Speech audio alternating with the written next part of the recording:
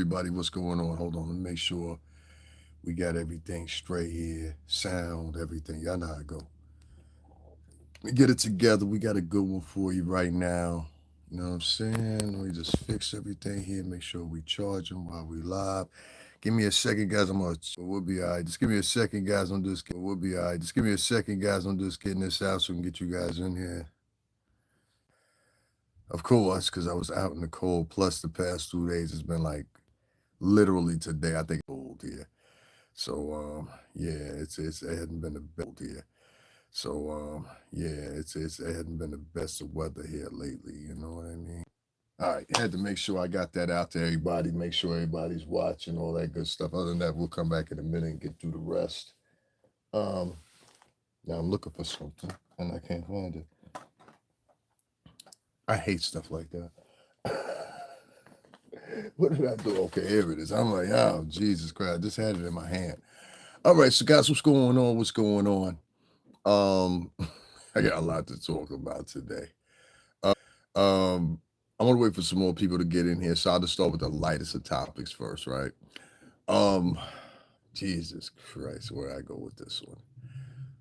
I got somebody that sent me a message. I'm not sure if they're part of that FBA movement or not. The way they presented it, you would think they were. The way they presented it, they made it look as if they were. And oh well. You know what I'm saying? I don't care. I many times offered the point that I'm not against the FBA. I'm against some of the things that they're saying and that following through with them, you know? And being someone that their mother was part of that real black power movement, like they fed people stuff like that. I almost find it an insult when I hear these new groups that predominantly they do most of the advocacy online. What's going on? They do most of the advocacy online. They're not boots on ground, so they're not in the position or even in the area to help people. I pointed that out last week with the fires in Altadena and Pasadena and how they succumbed to so many black people's homes out there, and nobody that was regulating themselves or matching themselves to be part of the FBA or what's the other one? ADOS was in attendance to help out. It was the Urban League that was there to help it out. So I think you have to be very careful when you call yourself an organization or whatever, whatever. Call yourself a T club and y'all get together every now and then and bounce around ideas online. I can live with that. But don't call yourself an organization and you're not in organizational capacity to help anybody. That doesn't make sense to me. Like, for example, the Urban League is in a position to help people financially and physically. They get down on hands and knees and they motherfucking not like that, but you know what I mean. They get there on hands and knees and they build and they help rebuild. That's what those people out there in Altadena and Pasadena need right now. And historically enough, most of those homes that were burned down, they were owned by Black and Latin people. I keep expressing that. You can just go to the local news, you can see it for yourself. And these are people that were multi-generational owners of their homes. So when we hear all this talk and this jargon, there's usually in the propensity of these people from the ADOS and the FBA or whatever. It's not to diss them. It's to point attention at the fact that what you're saying you're representing, once again, we got another group that's not following through with what they say. You understand what I mean? And so that's why I have a problem with them, and I have it heavily. Now, a lot of people mistake that and they say, oh, well, you're attacking the FBA. No, I'm not attacking them. Just like any other leader, just like I was questioning every rapper, every person that's ever been in the music industry. Why can't we question you? And that's what I find a lot of times with these people, or someone that was part of the music industry. And now I'm seeing how people are nowadays. They're very one-sided. Like, we can ask you, we could demand from you answers for anything, but as soon as you ask us something, we got to run it in the ground and we're victims and we're this and we're that. And I'm just not with that. And a lot of podcasters do that too. A lot of podcasters, their whole diatribe on their page, it consists of bashing Puff, bashing Jay-Z. I mean, this is literally all they do all day long, from morning up to some sundown. I've seen people go live for 10 hours talking about a man they've never been around in a business they've never been in. But people will come to my page and tell me, "Oh my God, would you stop talking about this?" Like they're very pick. That's why I said it's a very tribalistic group, that FBA thing. What segued me into talking about that was the prior interaction they had with Fat Joe. If you're someone that doesn't know Fat Joe, you don't know Fat Joe's history, I can get it. you wouldn't understand why Fat Joe even got a foot to stand on. And I'm not here to defend Fat Joe, but what I'm saying is the FBA, this last week, we had those homes burned down in Altadena and Pasadena. I showed you Tariq Nasheed's page, and from the 10th up until the 15th of January, he didn't have anything in there, barely about the fires or the people affected in Altadena and Pasadena. Nothing. Okay. Now I don't have to make it up. I took a screen rip of his whole post. So ain't nobody making up nothing on him. Okay. I couldn't take nothing away or add anything. Okay. So let's get that clean and clear. So if you're mad at somebody, go get mad at him and question him. Question him. You understand what I'm saying? Answer him, Lord. Answer. You know what I'm saying? That's a movie I watched when I was a kid with my mom. Answer him, Lord. Answer him. You understand what I'm saying? Because it looked like Daddy Rich to me. That's all I'm saying. It looked like Daddy Rich. You dig me? You understand what I'm saying? And maybe I'm a king, but it looked like Daddy Rich. That's all I'm saying. Y'all dig me? It looked like Daddy Rich. You understand? So when I find that out and I look at it and I say to myself this, somehow or another, there has been some prosperity of people that are out here that are within the culture that are using honest to God advocacies in order to make money. Now, this is not the first time this has been done. I've seen Heaven's Gate, which is a white Christianity, or whatever secular Christianity, non-secular Christianity group that once existed. And they thought that UFOs were coming back and they killed themselves with cyanide lace something or another. Then it was just a little uninformed, my brother. Who is you or I am? Which one? You are or I am? Because the last time I checked, the FBA is online and they have an announcement, and their announcement states what they stand for, what they direct, and what they do. So if you can provide me something where the FBA, oh, you're just okay, all right. I was getting ready to say, because a lot of people come in here, they'd be like, I'm confused about the FBA. The FBA is Foundational Black Americans. That's what the acronym is. And then there's another one, American Descendants of Slavery, which is ADOS. That's the acronym of that one. Both of these groups pertain because they couldn't really have any argument in it, because I think it's something upwards of like 88% of African Americans are mixed with white, right? So they couldn't really have an argument, you know? So they had to put up on a charter, which is available online. You can go look at it, or their corporate strategy, or whatever you want to call it, what their intentions are, whatever you want to say, their public declaration, however you want to put it. They state that at least one of the parents, I'll underline again, one of the parents must be fully African American, while the others don't. There's a reason for that. The reason for that is this. They do that because they know the numbers will be even lower if they turned around and they try to exempt people, which makes, because most African Americans are mixed with white. You understand what I'm saying? Like it's like, how many times did y'all grow up and you heard somebody say, "Oh well, you know, half my family is Indian, half my family we Cherokee, we Massachusetts, we this type of Indian, we this type of you know, my grandfather was white or whatever, whatever." In many cases, they be telling the truth. There hasn't been a pure African that came here via slavery, God, since what? Maybe the last batch, maybe on 1, 2 ships that came here right before the Emancipation Proclamation was signed. Other than that, everybody's been mixed. You can see depictions of this in multiple, even the slave movies that you see, from 12 Years as a Slave to Django Unchained to even the ones you like, the Nat Turner movie about the rebellion. All these depict this. So, and I know I started off on a wrong note, but I'm going to segue this into Fat Joe. You're going to understand what I'm talking about in a minute. We can't just call out hypocrisy on one person because somebody is pointing at them. You know what I'm saying? You can't do that. No, we have to look at the people that are telling us to point to people too, because sometimes the people that are telling you to point to somebody are pointing you to somebody because they want all eyes off them. That's why I say, if y'all ever seen that movie Car Wash, I saw that movie when I was a little boy. They had to been out probably like, I don't know, 10 years by the time I saw it. But when I did see it, I remember there was this character in there, and he was played by Richard Pryor. His name was Daddy Rich. Daddy Rich pulled up to the car wash and wanted to get his car washed. He had the chicks in the car with him. You know what I'm saying? Daddy Daddy walked up, got his shoes shined and everything like that. One of the guys that was shining his shoe, he said, Daddy Rich, ever since I started following you, I bought 2 new cars and a new, he said, I bought a new house and a new Cadillac. That's what he said, if I'm right. You understand what I'm saying? And this brother named Hakeem, that was the same guy that played later on, if you guys know him, and I know him as his famous role for me, was Minister Society. He's the guy that says, Bill Duke, that's his name. He's the guy that says, you know you done messed up, right?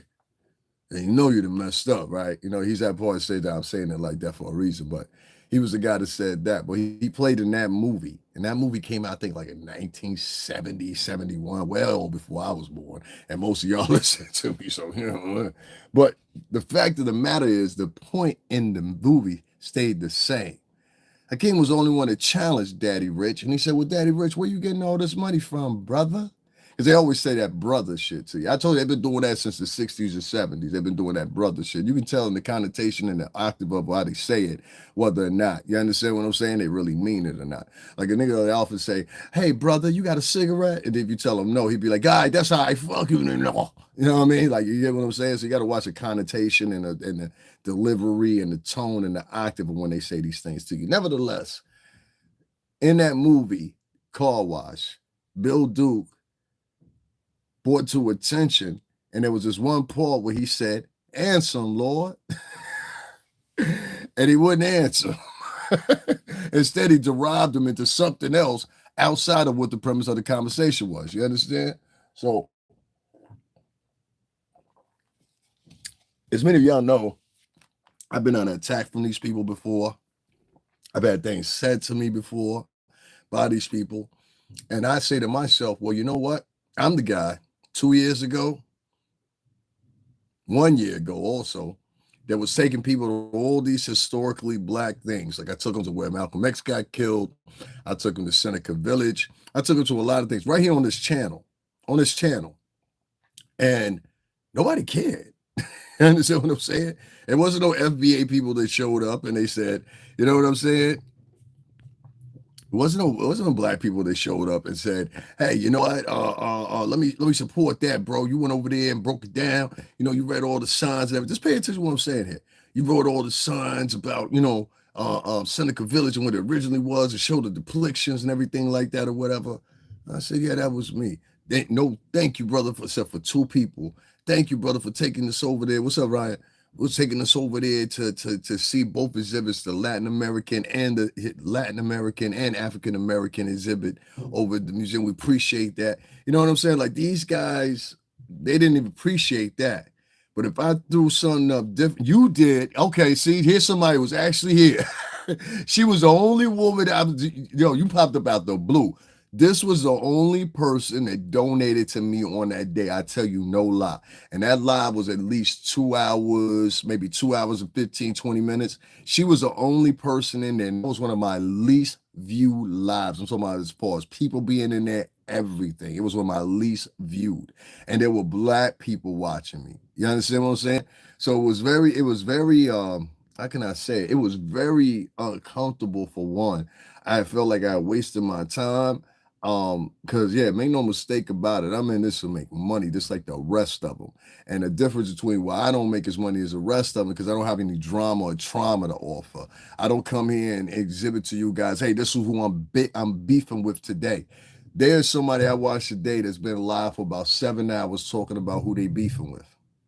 And they're making money off of not what they're saying. They're making money off their drama and sassy comebacks and shit like that. And I said, well, how's this helping the people out in Pasadena and Altadena who lost their homes and happen to be black and Latino? How's this helping them? What you'll find that most of the people that were talking about the fires out there, they're not even talking about them no more, especially in the African. It was just a phase for them, a moment for them, a lapse in basically, news cycle for them. And this is how a lot of these people think nowadays.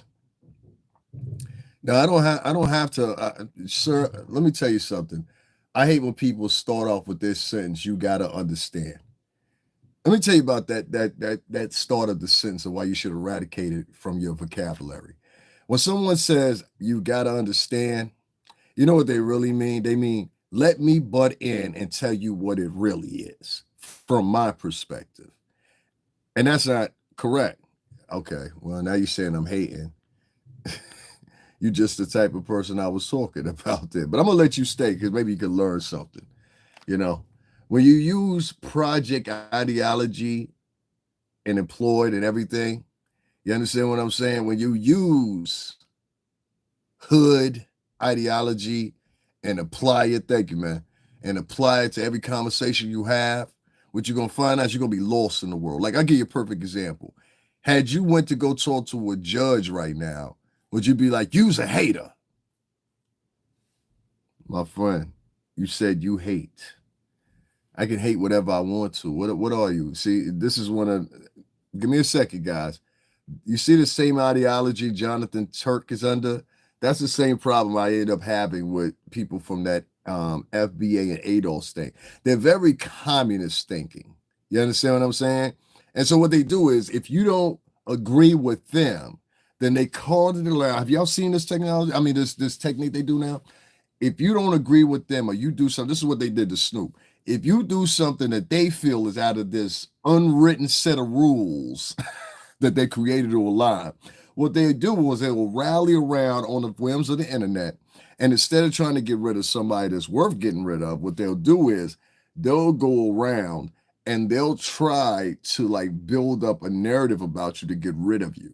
You understand what I'm saying? Like, that's what they're trying to do to Snoop. That's what they're trying to do to Nelly. That's what they trying to do to Fat Joe. So I'm like, okay, so the only usage that the FBA is to me and ADOS is, as far as on an intellectual property such as online, seems to be nothing but one thing, and that's to destroy other men of color. Now, back to what I was saying.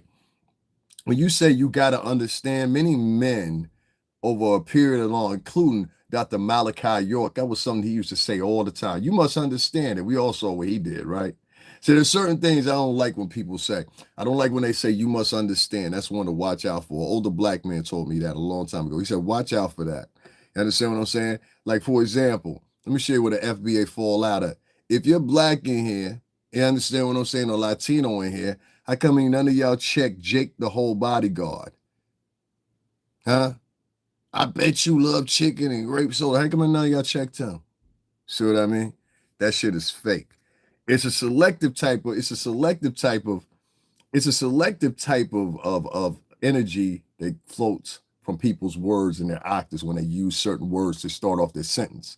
So when someone says, you must understand, I don't have to understand anything. That means you're trying to dictate something to me that you believe in, and you want me to circumnavigate and go outside of what I believe in, and now attach myself to what you believe in because you believe that you are, however, instead of order, whatever. And many times what I find is most of the people that do that, they don't have any type of collegiate background with them. I do.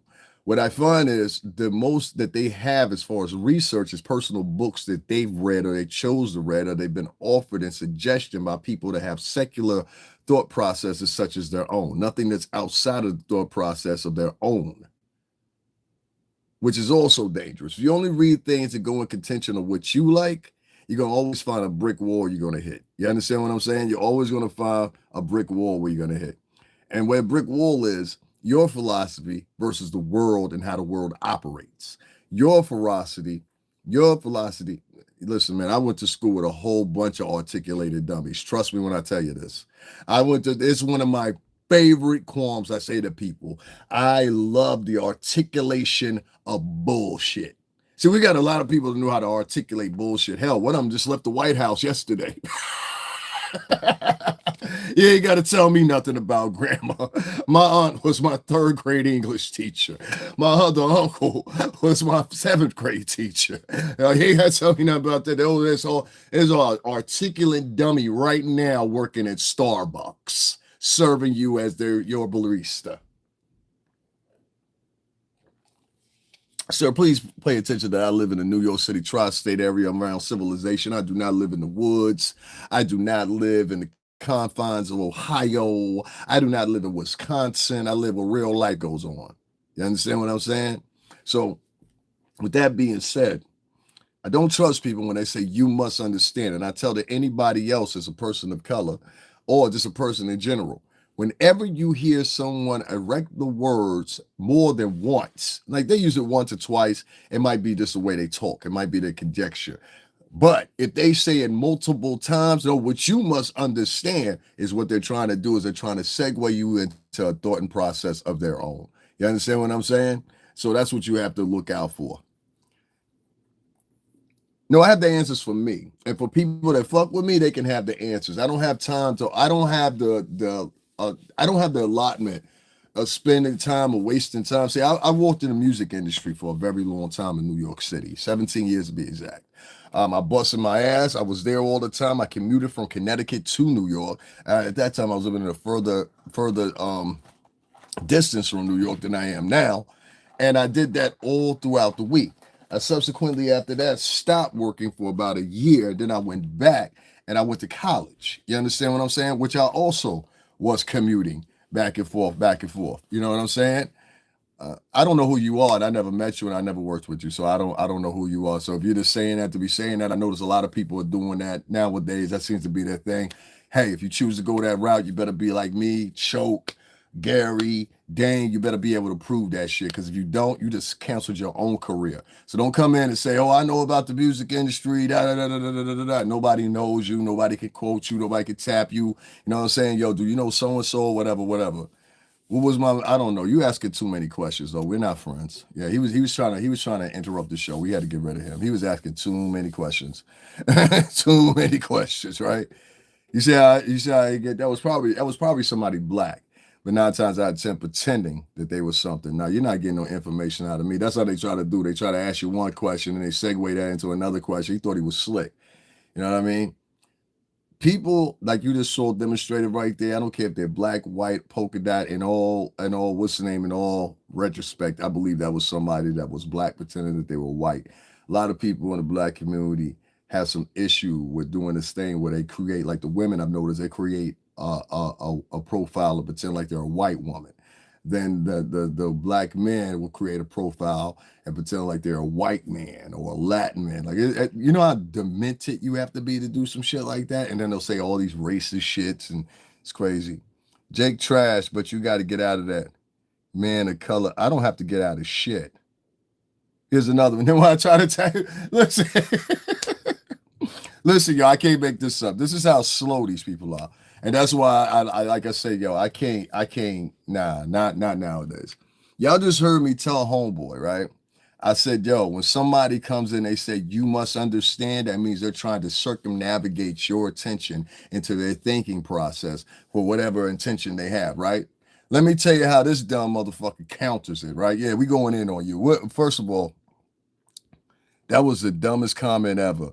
And just because you guys are a part of gun clubs and all that, you're talking to a guy that comes from a highly military family. You understand what I'm saying? So don't come in here with that shit trying to scare folks. I don't know who's sending you over here or whatever, whatever. Do not come in here trying to scare me because you have a firearms page. You understand what I'm saying? You're going to find very quickly that you're going to do a whole bunch of fucking time and pay up a whole bunch of fucking money fucking with me. Now that much I can fucking promise you. Fuck all the music industry shit. This guy comes in behind the guy that had said that, and the first thing he says is, "You got to get out of that man of color mindset." Nigga, get the fuck out of here. Y'all the same person. Y'all the same person. That nigga, same person. Yeah, I just described these type of people. He comes in and tries to make it look like he's more intelligent by saying, forget what, this is what exactly what he said. Jake's trash, but you got to get out of that man of color mindset. If it was real thing, men of color wouldn't walk past hungry men of color. Get into a person's growth mindset. Be proud of your African ancestors. Nigga, that's how I started out the fucking thing. Now you trying to act like you the one that came up. I told these people are tricky. This is how I started out the podcast talking about the FBA, and he sits up there and writes a comment and tries to pretend like it was him that came up with the idea. This is how these people work, bro. That's why I told you all that culture shit. Nah, these niggas are a bunch of professional con artists. May the best con artist win. You know what I'm saying? That's what it's really about. May the best con artist win. They'll come over here threatening me, subliminally threatening me, trying to alpha into windows or whatever the fuck else or whatever, where you be with one less arm, finger, something. Don't do that with me. Don't do that with me. He was trying to uplift your fucking clown. I'm a clown now. I hear you. So, you know what? I'm going to leave you here too, Ray Hammond. This is what your boy wrote. This is what I said to the other dude, okay? I know you're kind of slow. You're uneducated, obviously. So let me help you. My argument with Jake was Jake interrupted what I was initially talking about. You understand what I'm saying? That's for one. Two, what I was initially talking about is the same thing that your friend that you're taking up for right now and got your nose up in his ass cheeks. The same thing that I was saying at the beginning of my podcast, he's trying to reiterate and act like it was him talking about it. And what he'll do is, if he runs his own podcast, he'll run over to his podcast and deliver my words as if they're his and remixing the shit harder than Puffy. You understand what I'm saying? This is what sucker niggas do. So with that being said, what I said originally to Jake was, watch out for people who use these words. You must understand. They're trying to circumnavigate you into their thinking process when they do this.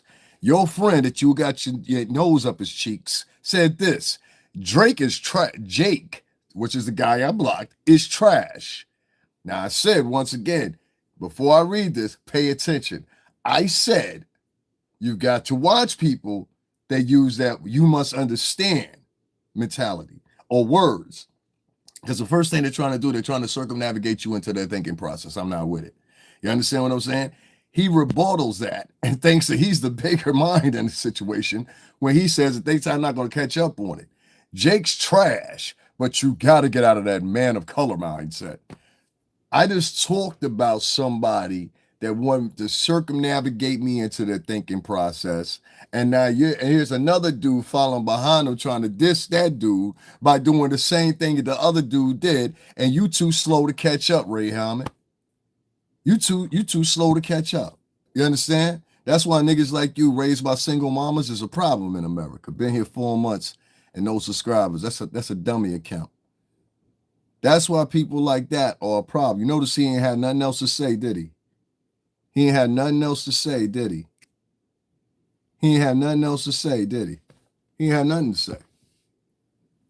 That's why I don't mess with people on here like that. I don't like, he didn't get that. You know what I'm saying?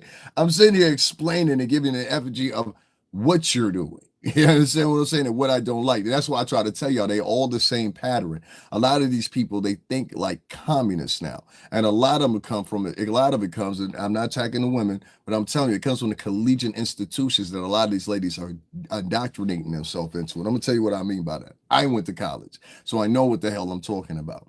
Depending on the subject that you take, there's an indoctrination type of a process that goes on. Like, for example, I find it weird that something like 70% of women, they go to college either as their lower major or their major in psychology.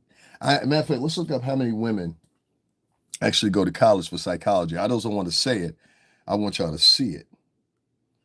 Because I looked this up before and I thought it was interesting that a lot of women, they go to school with either a minor or a major in psychology.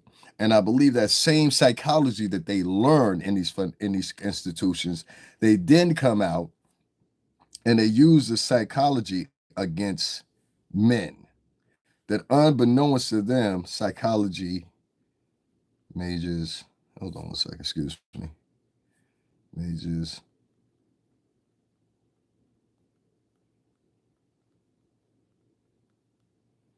Okay, here we go.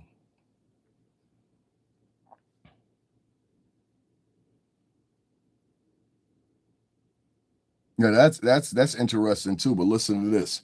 In 2023, Black African Americans made up about 5% of the psychology workforce. In 2020, 85% of psychology, and that's where the other one. So I want to correct that. 85% of psychology professionals were white, while just 2% were Black. But they were both made up of women. That's where it got what's the name right there. So they were both. It's still the same percentage, but it was just they were saying all inclusive of all women. But evidently, this is what they're picking up on. You can see it right there. 85%.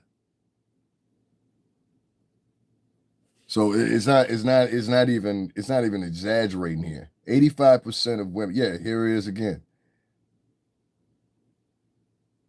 Yeah, and see here, when you go here, here's a different set of facts. The number of white women, 39%, getting an associate's or bachelor's degree by 29 is nearly twice as high for black women, 21%, and Latinas, 20%. Among black students in higher education, women are more likely than men to earn degrees. Black women get 64.1% of bachelor's degree, 71.5% master's degree, and 69.9% of doctorate, medical, and dental degrees. Fewer students of color attend four-year colleges than white students. 30% do. 30% are Latin. 27.1% than Latin do. Yeah, okay. So I'm just making sure I'm reading the numbers right. 39% of whites, 27% of Black Americans, and 30% of Latinos.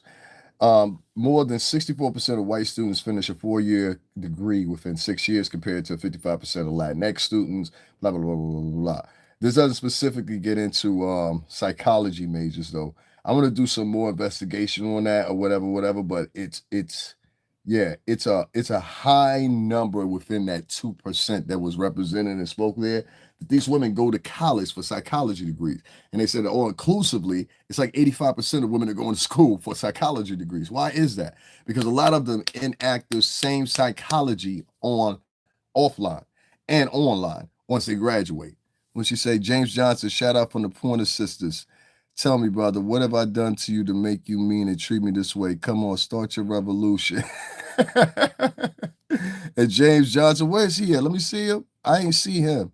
Let me turn on all. I think that's what it was. I'm in school. You're in school for business. Okay. Do you have a minor or anything else in psychology? Who any woman that's got a minor or whatever in psychology, let me know. No, I'm not from Philly, but my grandfather from Philly. My grandfather from Philly. Yeah, he from Germantown. So that maybe that's what you hear. Um, is there any women in my chat room right now? I don't see who you talking to, James Johnson. Who is James Johnson? Anybody see James Johnson in here? Did I block him? I might have blocked him accidentally. Did I block him accidentally? No, I didn't. I don't see no James. Who y'all talking to? James. I don't know. I have to look for that. The old girl, let me know who James Johnson is. Anyway, I want to continue on. It's apparent that a lot of these girls, and if any of you girls are going to school currently or have a minor in psychology, please let me know. Because what I saw a long time ago, because I know how it goes out, because the same thing is used in marketing. I saw how, like, if y'all don't know this, I'm gonna put y'all on the side, right? And so in marketing, a high amount of it is psychology is using. You understand what I'm saying? Is sometimes, oh, from the movie Car Wash, she mentioned the Pointer Sister. Oh yeah. Exactly. Okay. That's what's like, who James Johnson? Who is James Johnson in it? Yeah, that's a fact. That's a fact. Snoop and what's the name? Snoop and Dr. Dre, they got a movie out. They made a version of it. It's called The Wash. Both of them are good. Both of them are good. James Johnson just mentioned the Porter sisters being in the car wash. Hell yeah. I remember. I saw that movie when I was like, I don't know. I probably had to be like 7, 8 years old or something like that. My mother and then we're playing it on a projector. And it was her friend Haywood. That was his name. And Haywood had one of the early projector things. And what's the name? He bought it over time. This thing was huge too. Like it came in a suitcase. It was so big. And he put it up. He put it up on the wall, whatever. And I remember we watched that, and we watched Star Wars. That was the first time I ever got to see Star Wars. You sound like a choppy motivated. You sound like a nigger. That's what you sound like. You sound like somebody we should have left in 2024 and let them suffer.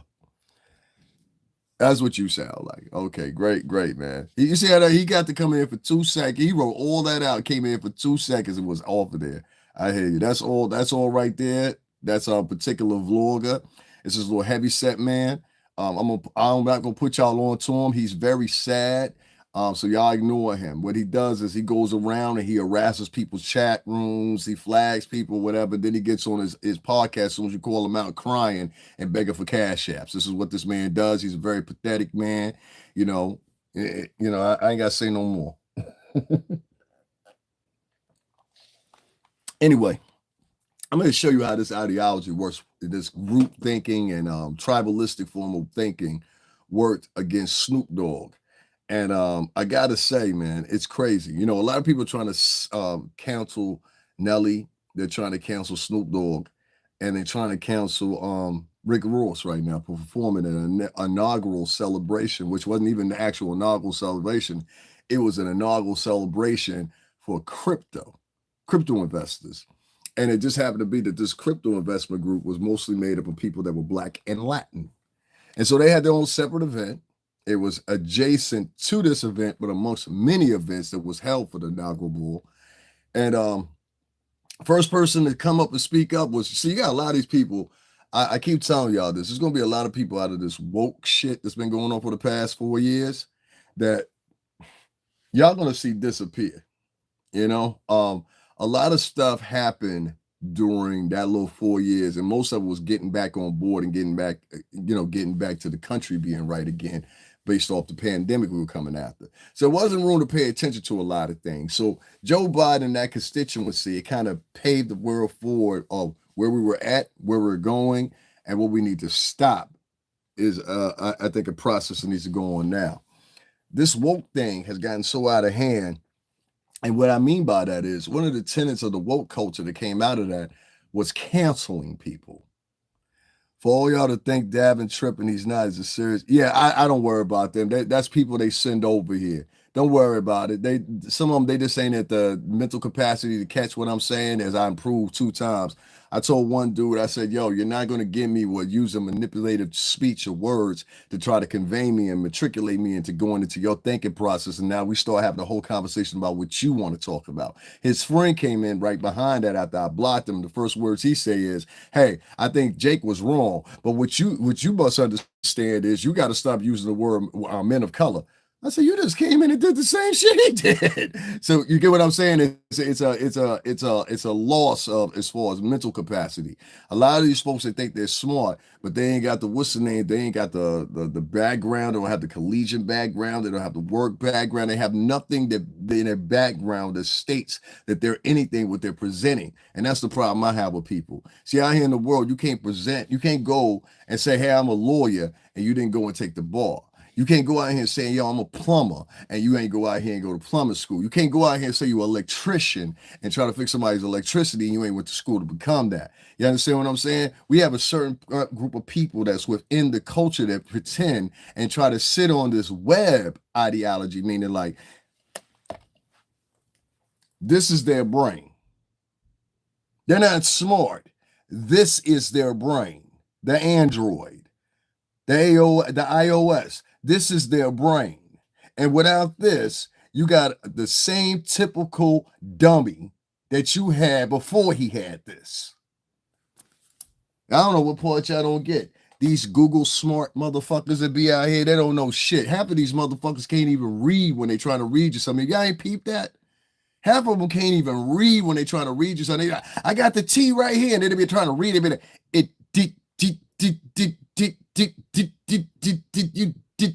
Dyslexic motherfucker.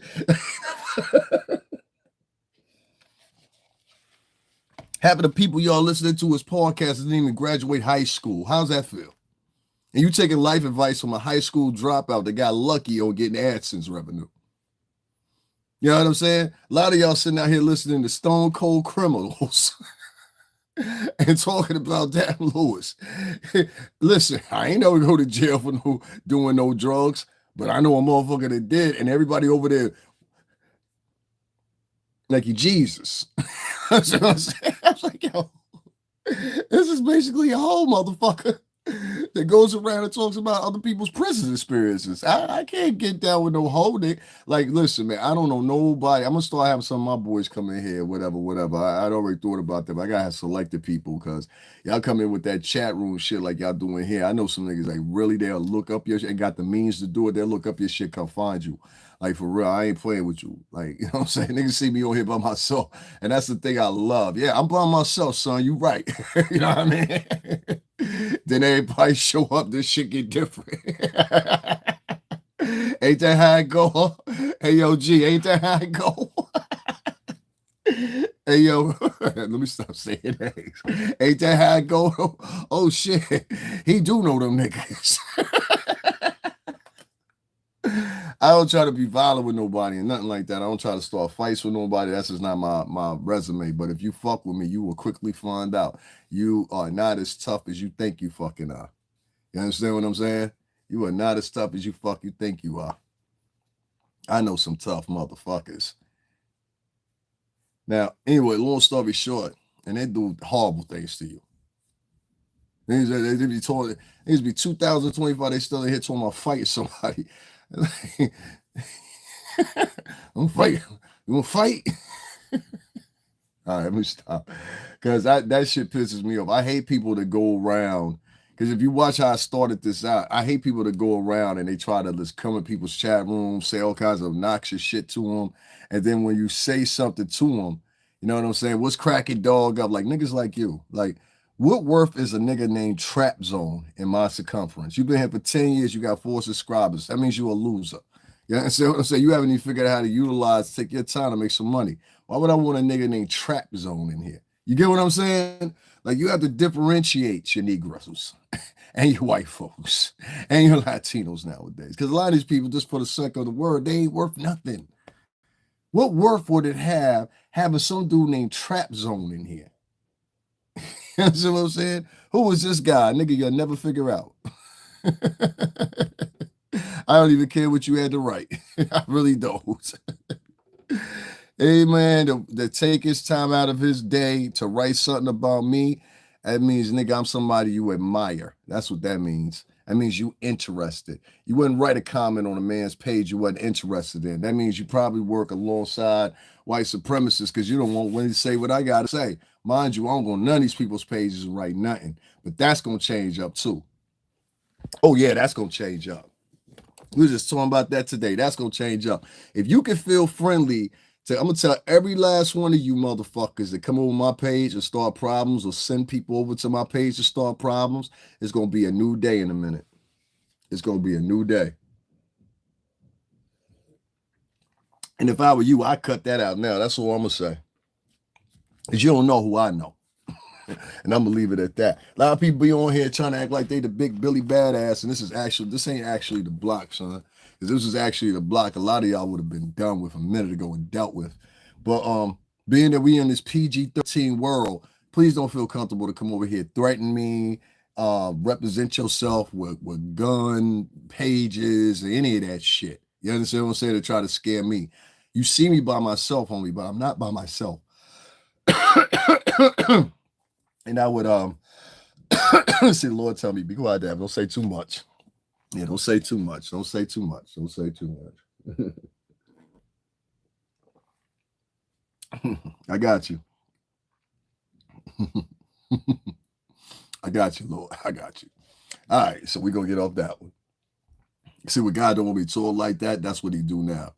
What's going on, Kareem Smith? Now, we just sitting here kicking and talking about this Snoop Dogg thing. Let me get back to that. The whole culture, and who I saw mostly showing up for that to talk the most was those FBA people. And they were there, and they wrote who they were representing, the FBA this, the FBA that. There was a few of them from some other group too outside of them and ADOS. And they were showing up. And I'm looking at this from page to page, from website to website. I'm just checking to see what people are saying. And they're all like, let's cancel Snoop Dogg. Snoop Dogg been going for what? Damn near 30 years. I think I was like in 8th or 9th grade when ain't nothing but a G thing dropped. You know what I'm saying? So I done grown up my whole entire life with Snoop Dogg.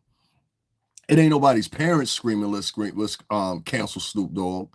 It's their kids. And most of the kids are kids that were born to 13, 14, and 15-year-old mothers and fathers.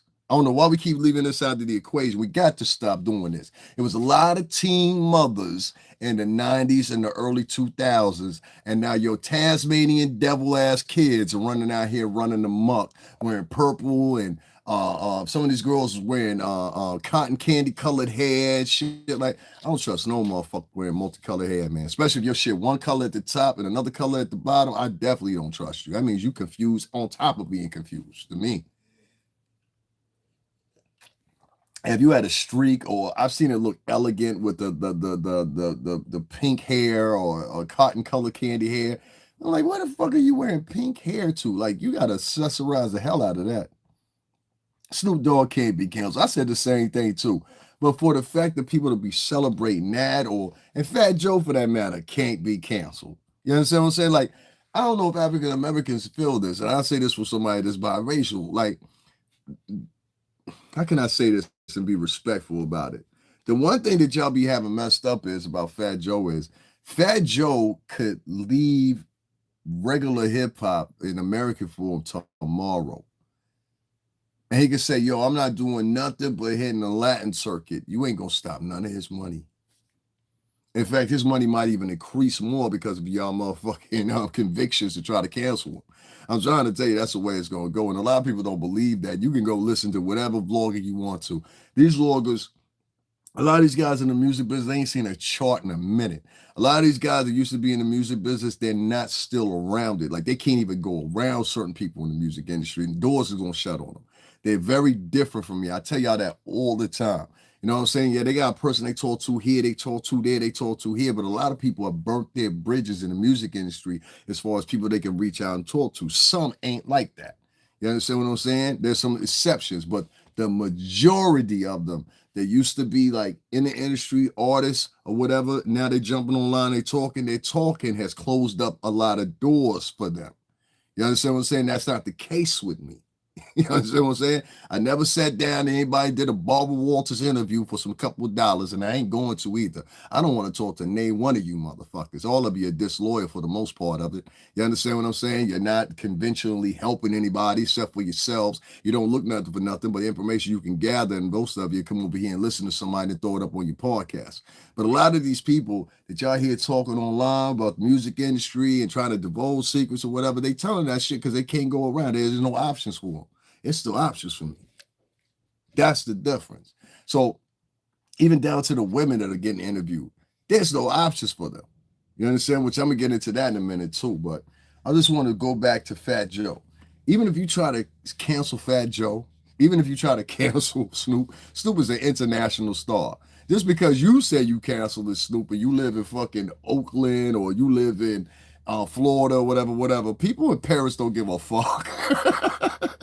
People in Australia don't give a fuck what you got, what you think, how you feel. They still gonna cop them tickets. Hey, listen, Snoop, I hate to tell you this, we're gonna be traveling everywhere forward. You understand what I'm saying? Everything gonna be fun, you know what I mean?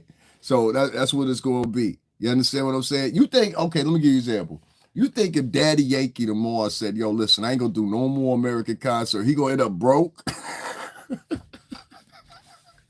You definitely don't know how the music industry works. That's what I'm trying to tell you. Y'all listening to idiots and buffoons that sit up here and project to you that they know what's going on based off their conspiracy theories and what they think. They have no proof of anything. They can't never tell you anybody. They know they never bring anybody on a show except for some has-been motherfucker that ain't doing nothing in the music industry now, not even attempting to do anything. You see what I'm saying? That's the difference. And so when I hear these people celebrating, they literally was celebrating online. Look what the FBA did. We shut down Fat Joe in Chicago. I said, that's Chicago, man. Chicago don't listen to motherfucking New York music ever. If barely. Like Chicago got a few New York rappers that they like. You understand what I'm saying? Like a few. Like they'll fuck with Fivio. They'll mess with I'm trying to think who else. They'll mess with Fivio because Fivio kind of sound like Fredo Bang in a lot of ways. They'll mess with certain, you know what I mean? They'll mess with certain people, whatever the case may be. But what they won't do is they won't really mess with like New York sound and music in Chicago. I don't even remember a time like they'll like a few artists or whatever, because my cousin live out there. So I know this much. They'll listen to a few New York artists, but dance music, like they more inclined in Chicago to listen to Jersey dance music. That's more their style, like Lil Lewis and all them people, whatever. That's what they grew up on. You understand what I'm saying? I don't never remember. You'll have New York people that listen to Chicago rappers, but you don't really have like Chicago people playing New York rappers like that unless it's like the superstars. You get what I'm saying? Like the Jay-Z, stuff like that, you know, maybe Nas, whatever, but not in total demand. So what you might have had was you had Fat Joe coming. I don't know if this is Fat Joe's own show or he was just part of a show. Nobody's broken that down to me either. It's like it's intricacies to this. People who have been in the music industry, you know what I'm talking about. I don't know if Joe might have just been booked to do this one little set You understand what I'm saying? Which is one set of rules. That means you in and you out. I don't know if this is a whole tour. That means that this is one of their stopping dates. I don't know if he was one of the acts on a tour of a bigger tour. You know what I'm saying? This might have been an R&B tour, and they just happened to bring out Joe and say, yo, Joe, you could do a set for 20 minutes. I don't know. Nobody has that information. What I do know is this much, though. I know that Fat Joe came out on the stage. It's in my shorts. So if y'all want to see the video, just go to my shorts. It's the last video uploaded right now, and then come back and you can hear it for yourself. And the crowd started booing Fat Joe in Chicago. We don't know why they booing Fat Joe though. So everybody's got their own narrative they started creating. Oh, that's why they did, because the FBA said that. If you don't know that it might just be that they wasn't into the shit Joe was playing. You know what I'm saying? It can be as simple as that. And some cities will let you know. Listen, I've been to every city in the United States working with Bad Boy Entertainment at one point or another as far as marketing music. That's what we did. You understand what I'm saying? And so half of the records that you're listening to or you going to love or whatever, I probably 9 times out of 10, they came from Bad Boy, Arista, BMG, Atlantic, or Interscope. I probably had something to do with promoting that artist. 9 times out of 10. In one way, form, fashion, or another. So I say to you, and I'm talking about of a greater campaign that our bosses had started, which was funneled down to them from the bosses they had. You understand what I'm saying? Yeah, Houston is rough. Yeah, it depends on where you at. This could be the same with a comedian. You could have a comedian come on. They do 10 minutes in LA and they the fucking shit. They do 15 minutes in New York. They want 15 more minutes of them. As soon as they hit Florida, they're like, what is this shit? Throw a shoe at them. You know what I mean? It happens. You're not guaranteed a demographic based on a few 10 people like you there.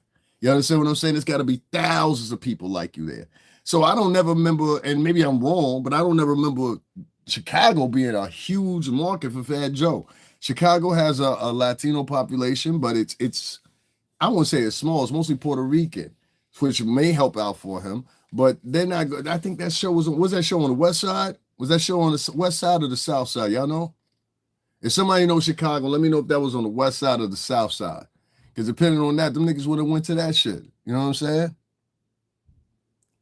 The res is where it's at. I don't know what that means. The res is where it's at.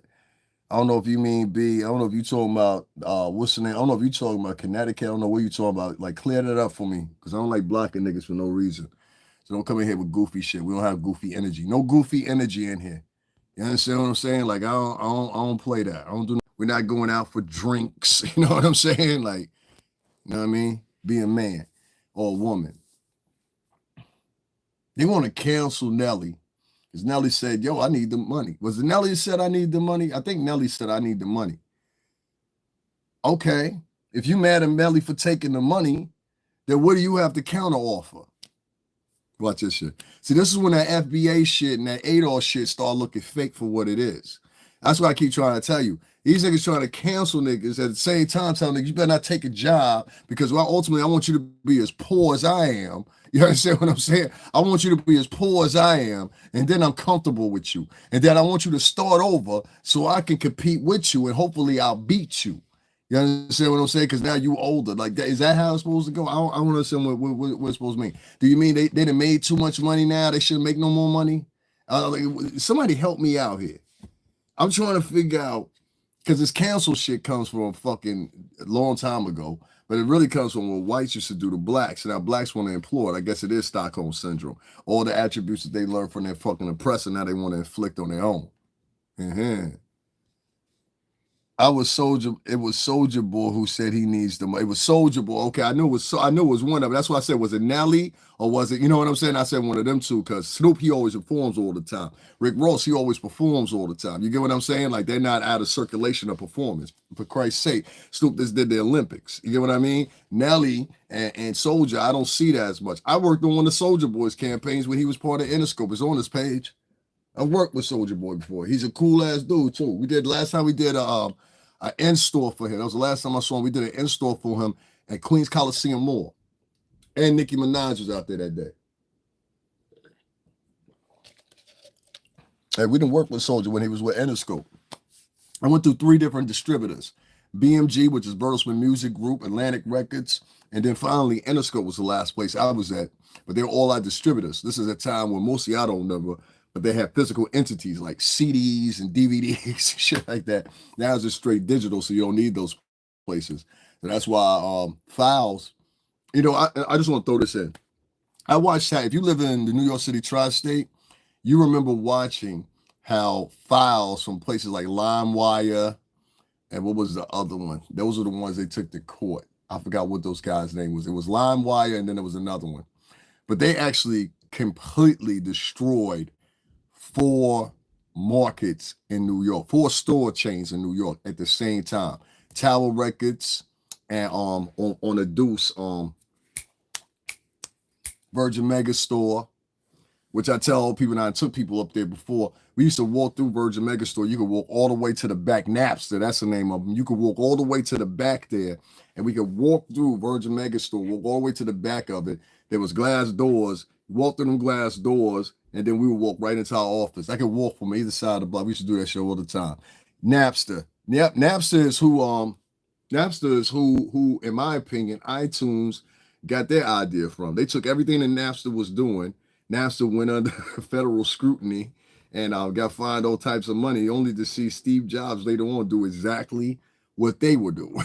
You know what I'm saying? But legalized it and got permissions and things like that. He did everything they didn't do. But yeah, Napster, thank you very much, sir. I appreciate that. Know what I mean? Anyway, there's this ongoing thing nowadays.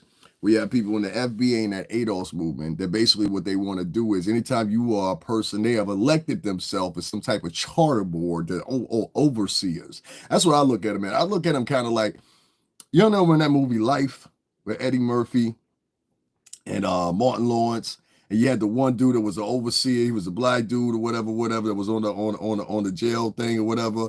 But it really looked like a plantation type of thing. That's who these people are that are within the culture, that are online trying to tell people you can't think like that, and if you ain't with us, you against us, and all this shit, whatever. In the meanwhile, these dumb, non-strategic motherfuckers are eliminating themselves for allies. You need allies in any type of war. So they take the compliments of a couple Johnny-come-lately educated Africans or Johnny-come-lately educated European blacks or French blacks or Swedish blacks or Canadian blacks or Haitian blacks or Jamaican blacks or Cuban blacks, Colombian blacks, Panamanian blacks, et cetera, et cetera, et cetera. You get what I'm saying? And within those few little corridors of those people that are black and brown, there's this few that feel they have reached monetary success in their own minds. Because a lot of people, you can get some people $50,000 and they think they rich.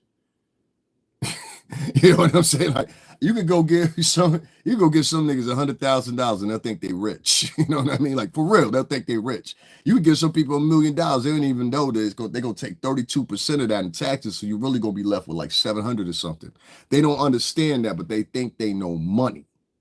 You see what I'm saying? So it's really on the skew of what you're talking about. Now, I worked for multimillionaires from the time I was 20 going on 21 with a record label. All the way up until my late 30s, I have been around nothing but multimillionaires. I done ate with them. We slept at the same hotels they did. We partied with them. We went to the clubs with them. We performed with the artists sometimes. Like we've always lived that life for over 17 something years, even though some of us will still have to come back or whatever. People ask us, yo, what was you at? Yo, I was in Miami for the past 5 days. Yo, what was you at? Yo, I was in Erie for the past 5 days. And all the supreme stuff that Erie had to offer, all the supreme stuff and events that Miami had to offer, you best believe your ass, I was at every last one of them. That's why a lot of these people be turning around and be talking about, no, you wasn't. No, you wasn't. Show me a picture. Show me a video. I had to show, listen, I got on here now several times and show picture and videos to everybody. Anybody who's my regular subscribers, y'all know that. And then people be mesmerized with, because I got pictures from year after year after year, then it ends up this decade to the next decade. You get what I'm saying? And so it's crazy to me. And now you begging, fuck out of here, goofy. Your mother's a goofy and a whore. Everybody that live in your house ain't shit. Your mama ain't shit. For you to get up on here and try to even act like you a brave motherfucker with no profile picture go to let me know you a bitch. So when I address you, I'm going to address you as a bitch. I ain't said nothing about my Cash App. Anybody tune me any Cash Apps? Anybody heard me say anything about a Cash App? Anybody? Anybody in here heard me say anything about a Cash App? Nobody heard me say anything about a Cash App, but you money watching niggas, just like the niggas I'm talking about. So the exact same piece of shit, worthless, should have been a motherfucking took down the choices ass niggas I'm talking about. You one of them. Coward ass nigga. You want to put somebody on blast? Let's put you on blast. You've been here for 6 years and ain't got one subscriber, so you're a professional veteran fucking troll, you whore.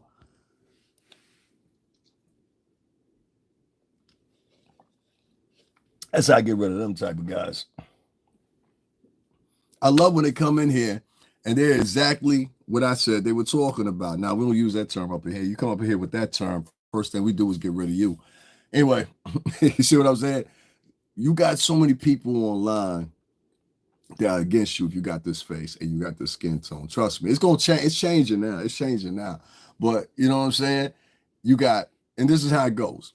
You got black women to worry about, and that's just a certain contention of them. It's not all of them at all. I have black women that donate to me and support me. No. It's a certain demographic of black women.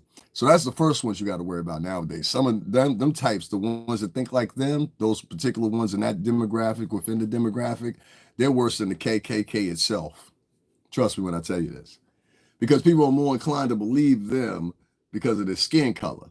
And which never passes by their mind, if you're sitting up here, you're saying these men are horrible, but yet and still, demographics would show from birth rates that you women are having these kids by yourself and raising them by yourself, so therefore they're a product of you, but you're toting around acting like you're the most civilized, most educated person in the world. What does that say about the product that you deliver, which is your son or your daughter? That's why I told you, these people are surface thinkers. That's why I never worry. That's why I never worry about anything they say, because they're surface thinkers. They think about what's there and presented to them, and it never goes outside of anything other than that. So when I was saying about this thing, but just to circle back about Snoop, I think Snoop gonna be fine. I think within the next 2 days, they won't even be talking about this. I think he just had to come on the fire. Get your, just like they say in Cali, get your paper, cuz. You know what I'm saying? Get your paper, cuz. You know what I mean? For real. And shout out to Rick Ross. Rick Ross, you've been doing beautiful things. People should look at you as an imprint. How many wing stops do you own now? How many of y'all go and eat at Wingstop? You understand what I'm saying? So, you know, it is what it is. I ain't nobody's unk, man. I ain't nobody's unk. I ain't nobody. You come in here with that unk shit. That mean your mom, you one of them little motherfuckers I was talking about. You're looking for a daddy. You're looking for a male figure to look up to. I ain't him. I ain't him. You understand what I'm saying? And I smell you from a mile away. Whenever a nigga come in here and say, what's up, it's because he had men around him when he was younger. I don't fuck with niggas like that. I'm not your nah, not this guy. Go find somebody else. Go find somebody else. They leave me to figure it out, so you go figure it out. That's what I tell them. I used to try to be that guy last year. I told y'all in 2025, I'm not doing that. I'm not here to mentor any youth. I'm not here to bring anybody into my thinking mechanisms or whatever, but I know when I see something funny. And when I see two groups, FBA and ADOS, put more emphasis into Trump, into people that are associated with Trump performing and getting a check instead of cheering them on, more than they're concerned with the people in Altadena and Pasadena that have lost their homes, and they circumnavigated the conversation from the fires to Trump's inauguration, Nelly, Snoop Dogg, Rick Ross, and Soulja Boy getting checks. No, the FBA, they wasn't proud of that. They didn't put a hashtag. Like, I'm trying to tell you, there's shit's pulling around where they have hashtags. The FBA did that. We shut down Fat Joe. Chicago booed Fat Joe on stage. Yay. This was the top of the list of Tariq Nasheed's post. Y'all need to go ask him this shit. I don't know why y'all don't go ask him. Like, I'm saying something wrong. There's a whole reel I took of this man's page, and he took a whole 5 days last time I saw it, based on how the news outlets was heavily talking about it, where he could have picked up the story. Many other people that were within that diaphragm of that club or whatever the hell is could have talked about it. See what I say? When you're talking about the faults of those people, of the culture, whatever, you see how quickly they want to frail off. They want to frail up. They want to ignore it. They want to act like, oh, no, that's not it. That's not it. Yes, that is it, nigga. Nobody's helping the people out there in Altadena and Pasadena rebuild except for one set of people, the Urban League. So where's ADOS and FBA? Where are these two clubs y'all believe so much in? Can somebody help me out? You know, the ones that's always online, they more concerned about what Nelly. Y'all ain't paying attention. I know y'all kind of slow. They more, the FBA and the ADOS are more concerned of where Snoop Dogg, Fat Joe, and fucking Nelly and whoever else is with Rick Ross or whoever. They more concerned with where they were performing than they were with the people in Altadena and Pasadena that just lost their homes. You're not getting that? There's no FBA or ADOS.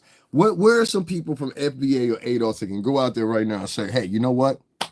My name is such and such. I'm from ADOS. I represent ADOS, and I'm out here helping the people out to Vista and Altadena and Pasadena right now. I just want y'all to see. Here's my camera, whatever. Where is that? Somebody send me a link, and I'll shut up.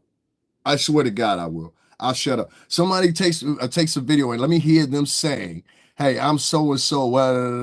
You understand what I'm saying? Yeah, let me know that. You know what I mean? Nigga, get out of my fucking chat room with that bullshit. Get the fuck out of here. Yo, these people, you see what I'm saying? Like that's what they into. When you on YouTube, dog, it's like being on here with a whole bunch of 15-year-olds. You understand what I'm saying? That's probably somebody from Anti-LaVey Atwood's little channel. Yo, Anti-LaVey Atwood, one thing I don't make up no lies on you. I don't make up no lies on you, homie. But you good at making up lies on people. You understand what I'm saying? I hope you can hold down them lies. Have a nice ride. That's what I'm going to tell you. Have a nice ride. You think you're the first one we see like you? Well, have a nice ride, okay? Have a nice ride. It's going to be short. That is short. Yeah, I might, Gov. Yeah, I might. It's going to be short. And you and your Sheila. Anyway. That fucking quack. Anyway, long story short, yeah, you know you low budget when you got to get motherfuckers come over to somebody else's channel, interrupt, flag channel, whatever. You know you a sucker bitch ass nigga. You know what I'm saying? But be careful who you flagging and you tagging, because you might be in trouble. Yeah, be careful when you're doing that shit. You might end up with a problem. You understand what I'm saying? But hey, I digress. Y'all do what you feel. You understand what I'm saying? Because some of these motherfuckers, they ain't got nothing left. If some of these people wasn't on YouTube, y'all wouldn't even know who the fuck they are.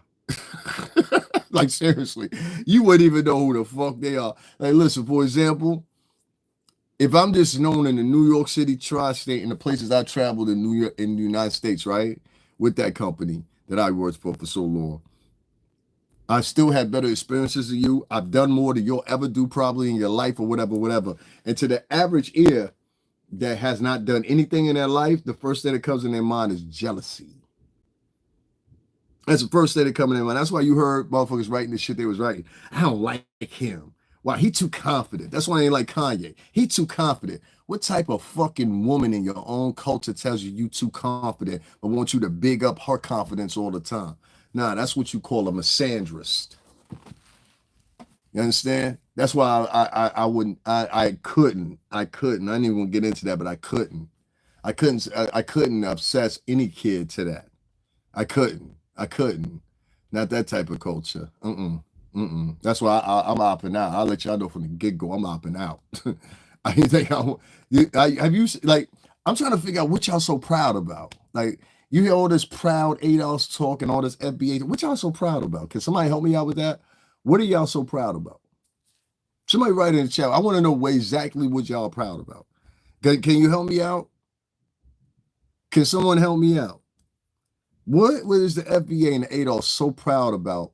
You proud about trying to shut down Fat Joe? You proud about trying to shut down Nelly? You trying to shut down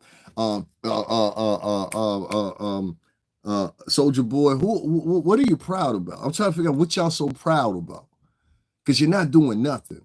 The Black and Latin people in Altadena and Alta Vista and Pasadena, they missing their homes. And you bitch ass niggas is just sitting online typing. And I'm going to keep going at y'all. Anybody that represent that shit, and you ain't went out there and you live in California, you ain't helping none of them people out in California, you's a bitch. If you got time to go help those people out there and you don't go help, you's a bitch. And fuck you and the FBA. How about that shit? I'm tired of these symbolic typing, press enter motherfuckers that don't put in no fucking work, but sitting up there talking about, yeah, and we got to do this, we got to do that in the culture, and there's words used to enable people's emotions so you can draw cash apps out of. You see what I'm saying? That's what they do. Then they get their little trolls to come in or whatever. Y'all niggas want to cancel fucking Snoop, Rick Ross, and all them for getting a check for performing in front of all black people, presented to the world like they performed in front of all white people. The only person that performed in front of white folks was Snoop. Snoop was DJing. So the fuck what? Who cares?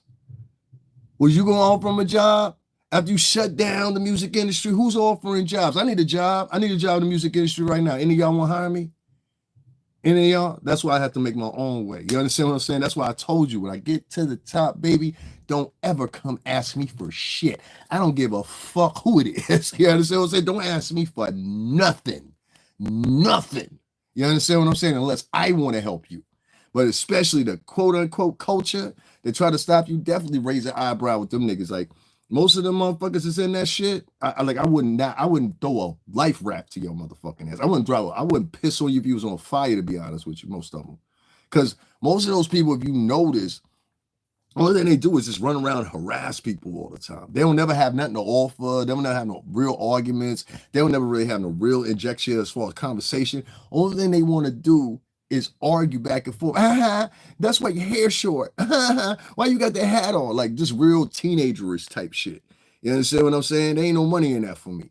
So when I hear some motherfucking 40-year-old man, 45-year-old man, 50-year-old man, a 60-year-old man, yeah, they canceled that nigga Fat Joe. Fat Joe could go island to island, Spain, Europe, and every fucking where else and perform. Wouldn't even have to touch the United States, and his money would not be fucked up after he switch up them euros at the fucking you know what I'm talking about, foreign exchange, currency exchange.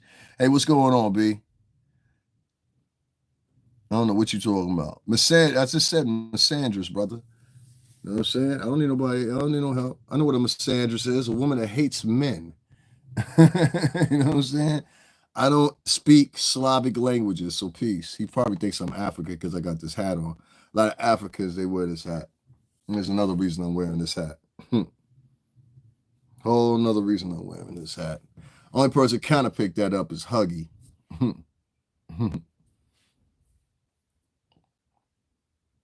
Hey, what's going on? All right, and so what else were we talking about? We was talking about something else here too. Give me 1 second. Yeah, I wanted to talk about something else too. And I'm trying to think what it was. It was something else I wanted to segue into. Because I think that was enough of that in that FBA shit. Diddy. So I want to talk a little bit about Puff, right? And I wanted to talk about the YouTube females and males that spend quite a bit of their day talking about Puff to the point that it's almost obsessive.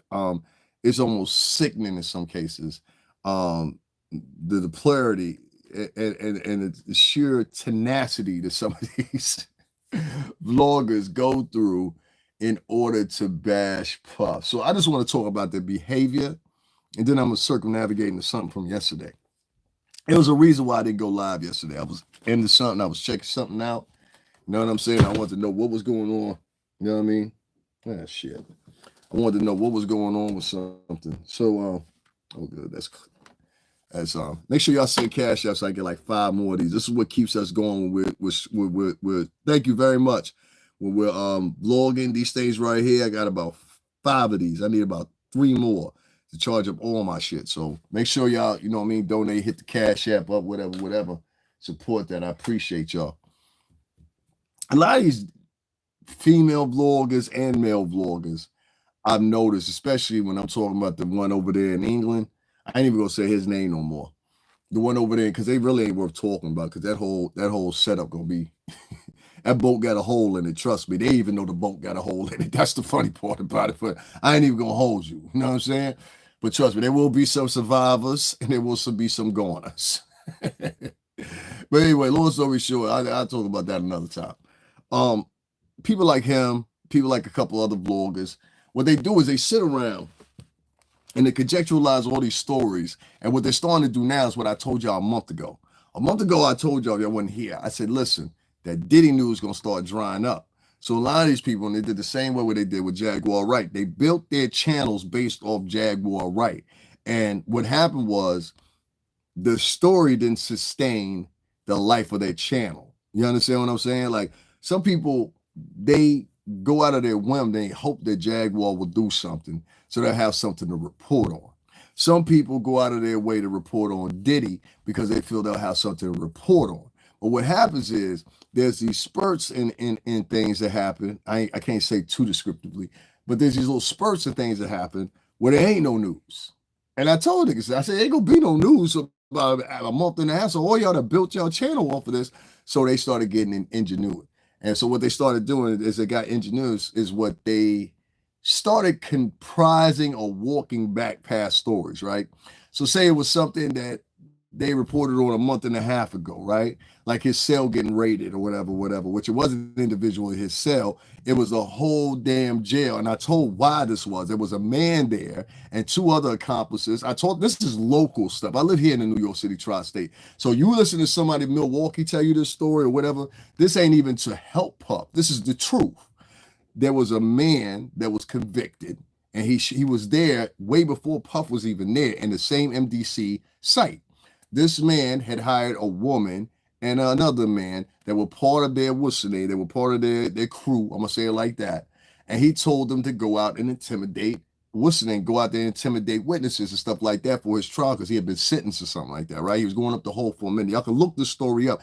I've even put the story in my community section. I did 3 videos for it now, and nobody seems to want to pay attention to this. But this is the reason why they did it. This is coming from somebody that's here.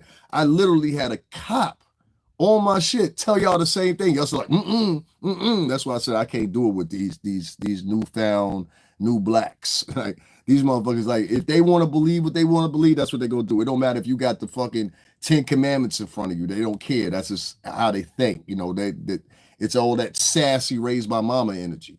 So anyway, long story short, yeah, you heard me, sassy raised by mama energy. So anyway, right?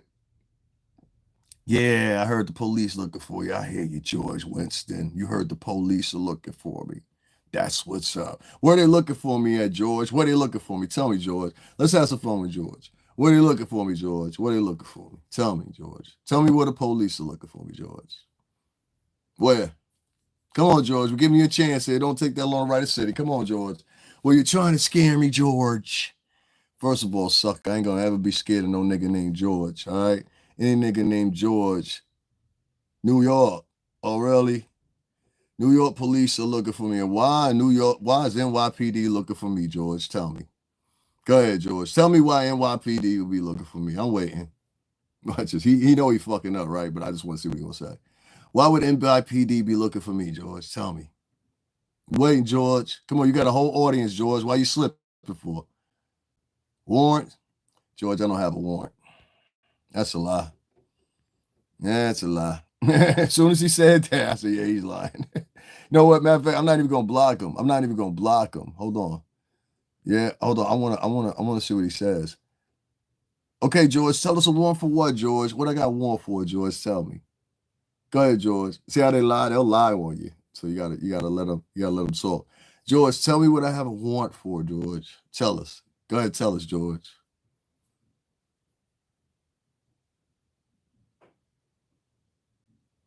George, you're taking too long to type, George. PPP loan. This nigga said a PPP loan. This nigga said a PPP loan. If y'all don't believe me, that you have these simple-minded, yeah, dog, I never had a PPP loan. And then you try to turn it into fraud. Son, I never had a PPP loan. For one, you can't get a PPP loan unless you own a business. You lying. That's why I go through every day, ladies and gentlemen. Sorry about that. That's why I don't like going live too much, and I don't like talking because you got to go through all that. Then you got to turn around and not get no donations from nobody for talking the real shit that you're talking and based off the experience you live.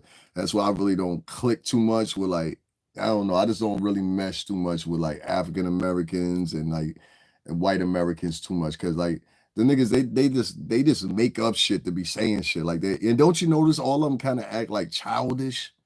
Like this, like shit, like it's some shit children do. Don't no grown ass man run around. I heard they got a war for you, nigga. First of all, I live in Connecticut, so why the fuck? That's why I kept asking, why would New York police be looking for me? Trust me, homie. If I do something in New York, you ain't gonna know about it. How about that? This the statement alone was funny, but anyway, we ain't got the same friends, homie. Show that shit out. Anyway, because there'd be a lot of niggas it'd be a lot of niggas in here be pretending like we the same. Like that's a new one a lot of niggas be doing. We the same type. No, we not the same, homie. We not the same. We not the same. That's why I be laughing. People be like, why you always laughing? I be laughing because if I don't, I'll just be sitting up here cursing at people all day. Now I laugh just like I laughed at that nigga. That nigga's a bird. Like, you know what I'm saying? Just like this motherfucker right here. You throwing up peace signs, all kinds of weird shit. Let's get this nigga the fuck up out of here. You see what I'm saying? There's always guys doing this shit too, which is also kind of disturbing because you'll have guys.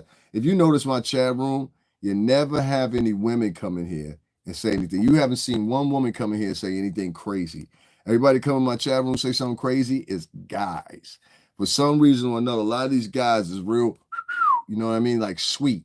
And so, like, based on the fact, and that's the only thing I can equate it to, based on the fact that most of these motherfuckers were raised by their single mama, is the reason they act the way they act.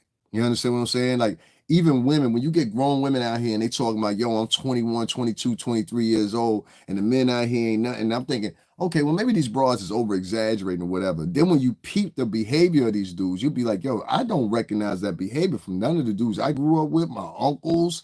You understand what I'm saying? Even my little brothers. Like, this is some new Generation Z type sweet behavior. You know what I'm saying? And so these dudes, they act really feminine. They say very feminine things.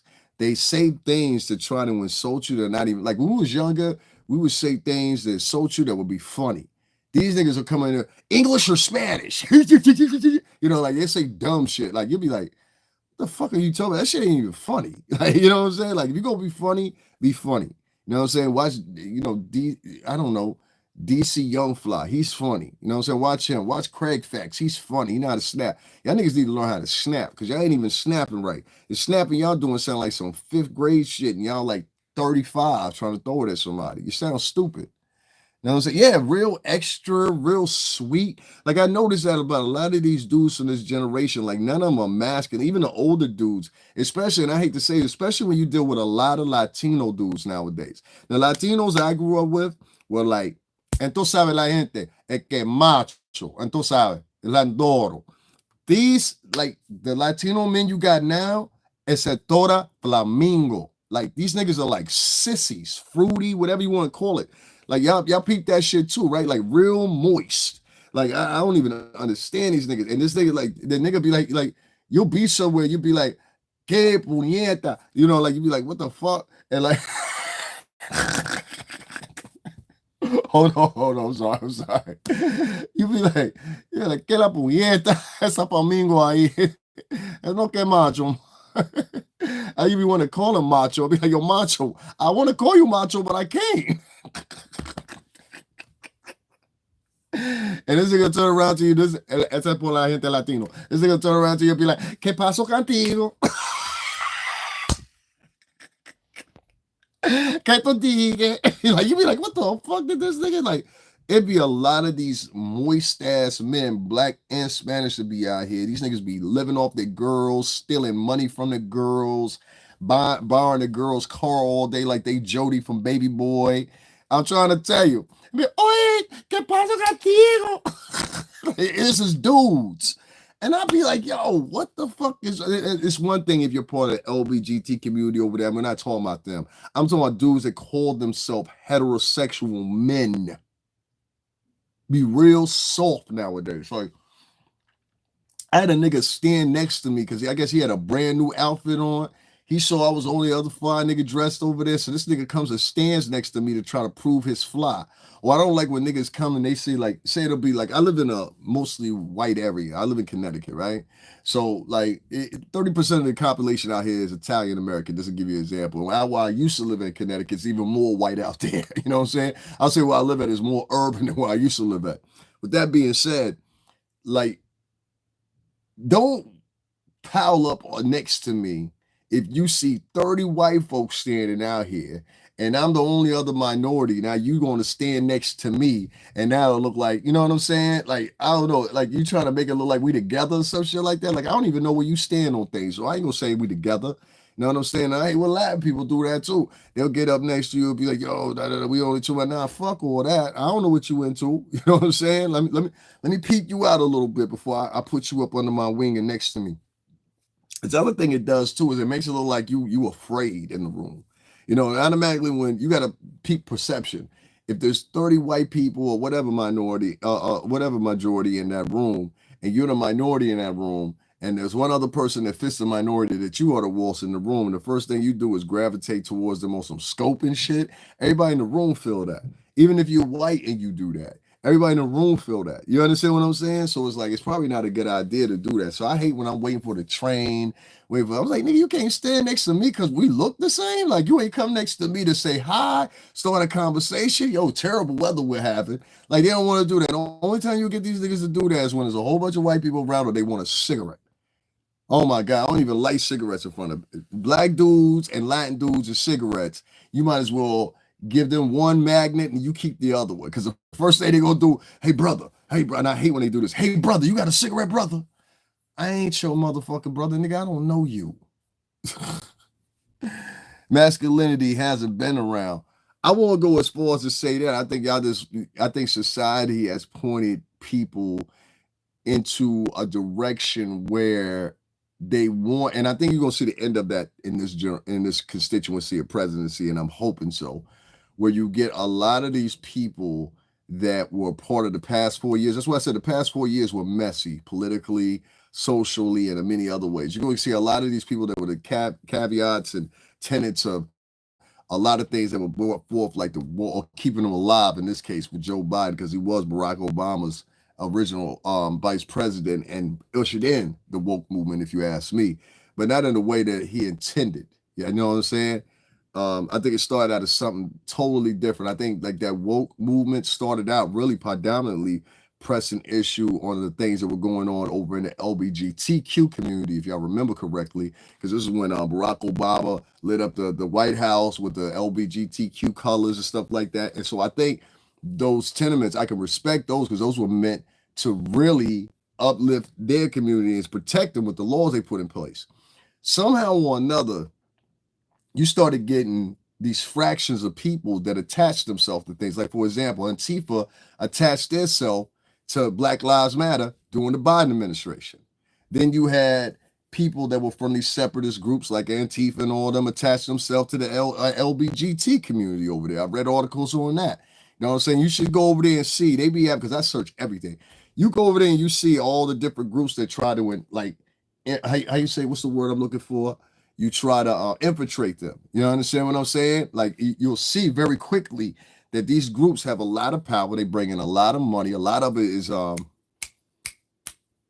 non-deducted tax revenues. You know what I'm saying? So a non-deducted tax revenues, and from different corporations or whatever. This is how they would. Black Lives Matter was able to buy houses in California, Canada, things like that. You know. So, you know, you get a lot of these groups, and that's why I was talking about the FBA and the ADOS, because to me, they just sound like the same blueprint off that Black Lives Matter shit. And then ain't gonna be nothing but a set amount of time where somebody grabs that up and says, no, we're the new FAB or we're the new FBA or we're the new ADOS or whatever, and they supersede them, and then they bring in other people to join them, and then them people end up succumbing to that and taking that over, then you back at step one. Y'all ain't seen this before. You've seen it before with the NAACP. You've seen it before with quite a many others. You understand what I'm saying? You can't call yourself that guy and you come in here and talking to another man talking about oil up. Who, you want me to oil up for you? Is that what you mean, nigga? Like, what kind of shit you on? You want me to oil up for you? Some nigga that calls himself that guy asked me to oil up for him. So it goes right back to what I was telling my audience. I'm glad you're here because you've been here for 4 years and got 3 subscribers, so you are a loser. I'm glad you're here, and we want to break you down real quick. We're gonna use this as an example. So stay right there, that guy that you so brave. You know what I'm saying? And if you're a real one, you'll stay here to the conclusion. First of all, let me learn you something, all right? We were just sitting here a few minutes ago before you showed up, and we was talking about bastard kids such as yourself that never had a father in their life. You understand what I'm saying? You know, your daddy didn't claim you, he ain't want you. You know what I'm saying? Your mama wasn't brave enough to go down there. The choices to take care of the situation. So here you are. Now, being that you are, you've been a thorn in everybody's ass since you've been born. That's why you can see after about 6 years being on here, you only got 4 subscribers. You understand what I'm saying? But let me tell you how men play versus the boys that you love so much play. You don't come in other men's chat rooms telling another man to oil up. You understand what I'm saying? And your mama should have taught you something about that. Now, if I had to make a guess, you was probably one of them boys. Have you ever been locked up, boy? You sound like one of them niggas was locked up. If you was locked up, you was probably one of them guys that was in the prison, and they probably got you doing that bid. You understand what I'm saying? Now, usually we tell a nigga, don't drop the soap. When you go back, make sure you do drop the soap and say, fuck all you niggas in here as you do it. Oh, wow, motherfuckers. He was getting ready to write something else, got cut off. I look sweet. I'm glad I do, man. You know who else looks sweet, man? King Vaughn looks sweet, man. Lil Reese looks sweet. Everybody sweet, man. You the hardest, man. We taking the paradigm from the 90s, man. You know, only 90s niggas is hard and tough. You know what I'm saying? Like, let me pull my brow down and you know what I'm saying? Whatever, man. Because that's what the Italian mob did. That's what the Greek mob did, Russian mob. We sag our pants, man. You know what I'm saying? We talk real extra tough. You know what I'm saying? Because that's how black dudes do. You know what I'm saying? You know what I'm saying? Nigga, you look pussy. You ain't even got no fucking profile picture. Get the fuck out of my shit, nigga. I'm not arguing with no nigga that been here for this motherfucker been here for 17 goddamn years. Ain't no way. Boop, boop, boop. We got a winner, y'all, as the longest motherfucker on you. Yo, you been here for 17 years and they ain't never figured out how to make money off this. Oh my God. Yeah, you got to go. We can't even take you serious. That nigga been here for 17 years, y'all. 17 drones, y'all. This dude been here for 17 years. I'm arguing with people that have been on YouTube for 17 years and I did more than they did in the first year. Isn't that crazy? Like, how can you sit on here for 17 years and just be a professional troll? How can you be on here for 17 years and your only adduction is to go into people's chat rooms writing corny comments? You've been doing that for 17 years. I ain't seen a dime of writing in them comments. Now you got to change the game. You're going to dedicate 17 years to an app to being a troll that makes you no money, and you can't even think, yo, in 17 years, I can actually make money off of doing the same thing that the people I watch and encourage do. You can't figure that out, nigga, you's a loser. I ain't got no words for you. I just joke you. I said, niggas, well, you know, it's whatever, man. I'm not here. I don't come on here. Like, let me get something straight. Have y'all ever heard me come on here and just straight off to start threatening somebody or be like, yo, I'm gonna do this to you, or I'm gonna get at you, or you know what I'm saying? Or have you ever seen my profile on anybody's page where I'm like, yo, you know what? I had 2 niggas I was beefing with. One nigga I refused to talk to. You know what I'm saying? The other nigga, he probably maybe could walk it back a little bit. But you know what I'm saying? Even with his shit, I was beefing with him. Do you know what I'm talking about? The nigga with the crown on his head. Man, that nigga was beefing. He did some other foul shit too. You know what I'm saying? But I never went in that nigga's chat room, or I never went over to that nigga's page and flagged his page. You know what I'm saying? Even when I speculated some of his people was doing the same to me, I just didn't want that on my resume. When the fat nigga pork chop, when he did shit he did and continue to do, I still don't go flag that nigga's page. I swear my hand for God, I don't flag his page. I don't go in his chat room. If I do go in your chat room, going under my name, I want you to know it was me. I'm a Taurus. That's how we get down. I'm from a certain. I want you to know it was me. That's the bragging points. I don't want you to go after the fake profile or the fake short name. I want you to go after me. You understand what I'm saying? I want you to know it was me that did it.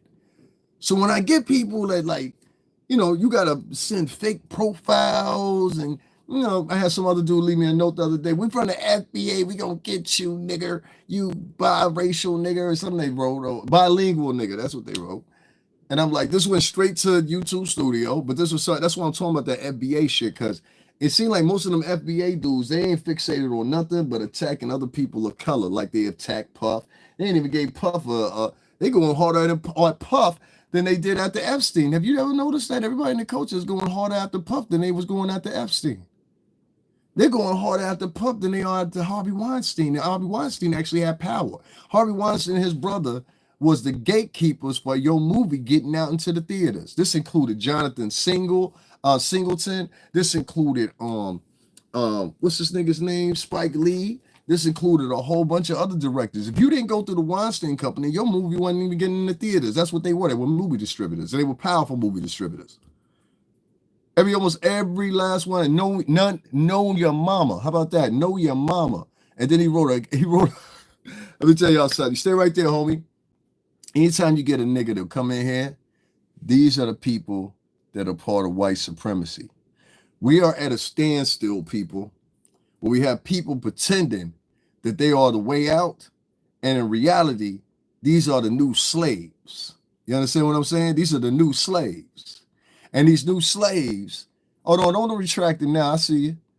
These new slaves that we have nowadays, they're very dangerous because they're led by two things: individualism and capitalism. You understand what I'm saying? These are the new coons that you have in front of you. Now, it's hard for y'all to recognize them because they have the faces of the people that y'all think are trustworthy. But these motherfuckers that y'all have right now, these coons that sit up on time, they tell, yeah, we got to go after Puff, but we ain't going after Epstein. We ain't going after this person. We got to only go after them specifically because they feel that nobody white will believe anything they say except for that. My nigga, I don't even know you, so throwing clown emojis in my shit don't work. You see what I mean? This is the mind, like I told you, this is the mind of the poverty-stricken bobo nigger. You understand? That's how they think. That's how they think. That's how they think. That's how they think. I'm about to take a break here in a minute. I'm gonna come back and do another live in a little bit because I've learned to do something else too. Don't let this shit take you out of character on this motherfucker. I had somebody that's very successful on here, on this app, tell me that just recently. They said, yo, don't let the people take it. He said, if you feel like that, just log off. He said, don't even worry about finishing your conversation or whatever with them people. Don't worry about it. This nigga created a whole nother profile. That's crazy. No, you a clown. A clown creates a whole new profile, comes back. That's what a clown does. You see what I'm saying? These people are like, they're retarded, bro. And so you know, when you're on here, you're on this app nowadays, don't be ready to join these configurations of people talking about, yeah, let's go cancel so-and-so, or these configurations of these people that say, yo, let's go do this to so-and-so, or, you know, let's bomb on people, or whatever. You enjoying that type of shit? Or let's cancel Snoop Dogg because he performed at the Niagara Bowl to get a check, the same check that niggas won't even give him. Snoop's not getting paid off. That's the confusion thing.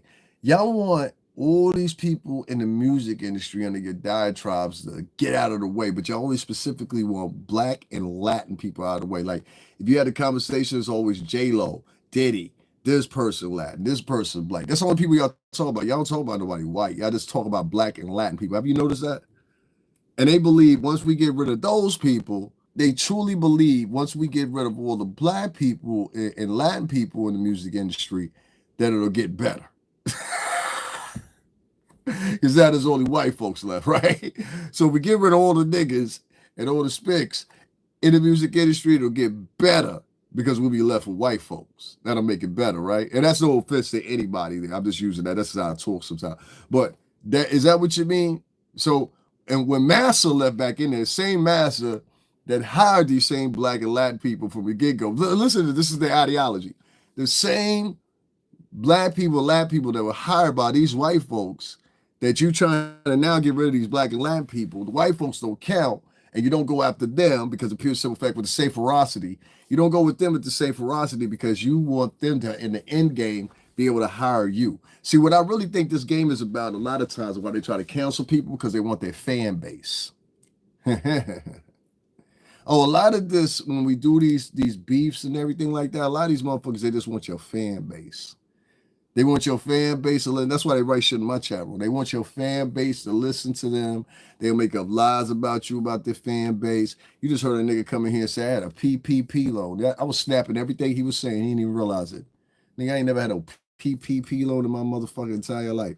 And for you to write something like that, that's reckless endangerment of the truth, homie. That's why I keep letting a lot of people just talk. You know what I'm saying? I was told that by somebody. That's why we keep letting a lot of niggas make phone calls. You're right. Don't nobody know me. I don't exist. Oh, I don't exist. Tall head ass nigga. Okay. Yeah. How old are you, man? How old are you? 20? 19? 16? How old are you? Talking like that. How old are you? You can't be a grown and built man talking like that. How old are you, sir? Come on.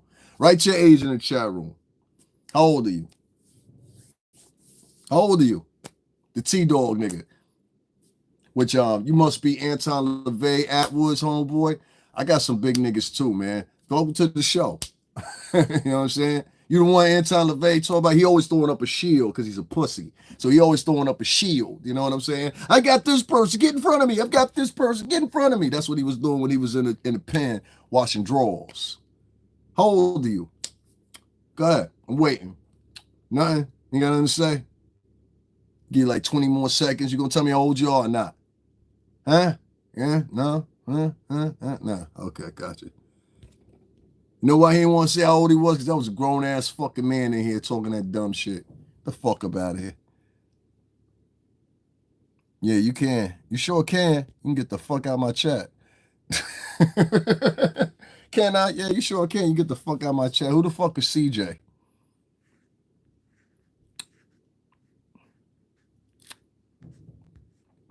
Gotta make sure you watch it because these niggas be. And you gotta watch these people in here. Yeah, I don't believe in lying on these apps to make money. That's just me. Anyway, I don't even feel like talking out no more. That's why I don't go live no more. I'm gonna be taking a little hiatus off this shit anyway, because it really don't matter. You know what I'm saying? You can smell me through the screen. Sure you can. Well, you should know I smell like cologne, so you're gonna have to do better than that one. Anything else? Uh-oh, what I scroll to, so I ain't cussed out. No, you just seem like a goofy bitch. A bitch I don't want around me. You get this one out of the way. This bitch walked in here telling me, oh my God, what did I run into? Like she important or some shit, bitch. Get by. Bye, bitch. I don't care about that following shit. I really don't. I don't care what your opinion is or nothing like that. Whatever. I find with these people on here, they all want something for nothing. Like, I'm not giving you something for nothing. I'm not even talking to y'all niggas like that no more. So with that, I'm gonna get up on off of here. I had a whole bunch more to talk about, but I just ain't with that whole sitting here for like 3 hours, 2 hours, talking to a whole bunch of like basically simple-minded motherfuckers that only think of one thing: destruction, drama, and trauma. The shit is boring now. The average urban audience, unless you are like sitting there, and I'll leave off with this. The average urban audience, and I want other people of other races to know, it's very easy to entertain them. Only thing you have to do is have some drama, some trauma, some bitch crying how she a victim, some punk ass nigga claiming he a victim. That's the only thing you got to do. You understand what I'm saying? You mix those elements or whatever, because basically the whole generation is about, the whole culture now based on part of women, because women run the shit. So I mean, I'm dead serious. Women run Black American culture. If you wondering why most of the guys in Black American culture act feminine, that's why, because the bitches raised them like that. But anyway, long story short, and Latin men too as well.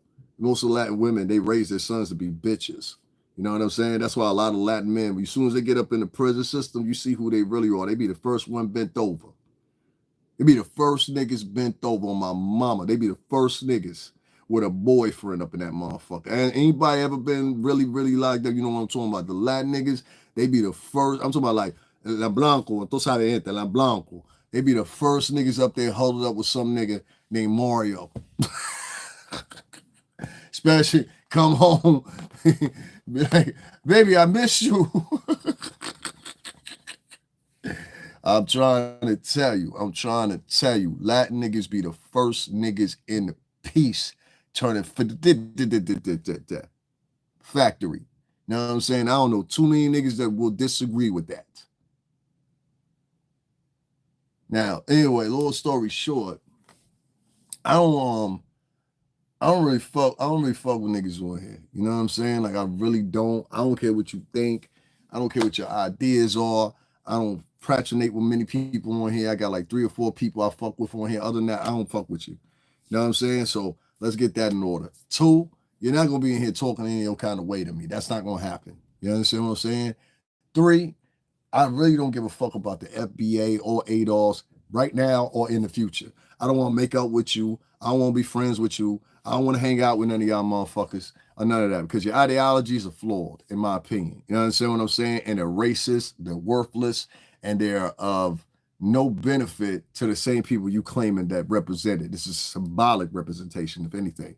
Because if it was really anything other than that, y'all motherfuckers would have been out there in Altadena and Pasadena handing out food. And see, when you got organizations, you want to put them out there, whatever. I got this from Bobby Glanton Smith. Shout out to Uncle Bobby, 5150 Land. He said, if you can't feed the people, you can't lead the people. And see, there was a lot of groups that knew this. The Move Movement knew this. The Black Panthers knew this. A lot of other people knew this. If you can't feed the people, you can't lead the people. You got a lot of motherfuckers out here sitting up here talking about, we need to do this, we need to do that, da da da da. But the only person in the room that got money like that is Daddy Rich, the one preaching. So as y'all papering up Daddy Rich, and he telling you all these fake prophecies and shit like that, but he ain't got no countermeasures, he ain't got no way he gonna help you or nothing like that, then you start seeing him for who he is. And exactly who he is Daddy Rich. You understand what I'm saying? The Daddy Rich is a lot of money on YouTube. This is the new, if y'all don't know, this is the new, what do you call that shit in church? You know what I'm talking about? When the church is standing at the preacher is standing at the top of the bow of the church and preaching. This is a new pedestal. I guess is the best way I can say it. This is a new church pedestal right here. These channels right here, these are new church pedestals. You get up here, preach what you want to preach. It can be true or not true. Motherfuckers go accept it. You understand? So I don't do too much. Like I said, this is a preemptive live. I just want to go live with y'all, whatever. It don't matter. But because I'm not too much in that ass kissing. This is my audience. The motherfuckers don't give a fuck about you. Don't give no fucks about no audience. Let me tell you that now. Don't give, as a new YouTuber, don't ever give a fuck about an audience. Okay? And trust me when I tell you this. As a new YouTuber, don't ever give a fuck about an audience. This is what you should be worried about. Be worried about monetizing your channel. This is the new game, right? Stop worrying about listen, half of these people that are subscribers, if you just look at my chat room, most of them are haters. Most of them, this nigga had been here for 17 years. I said, you've been here for 17 years? Dog, you've been here since the beginning that the app started. If you've been here for 17 years, that means the app has been online for 18 years. That means that you have been here for 17 years and you have not created anything. So you're going to run into a lot of people like that. This is just for the new YouTubers. I don't give a fuck about you seasoned YouTubers or anybody else. This is for the new ones. You guys are going to run into a thing where you got people that come into your chat rooms that you hit a certain number, shit like that. They're going to try to influence you. They're going to try to harass you. They're going to try to say things to you, whatever. I have people come in. I'm everything, dog. I done been a crackhead, heroin addict, cocaine addict. I shoot meth. I done did everything. I ain't did none of that shit ever in my fucking life.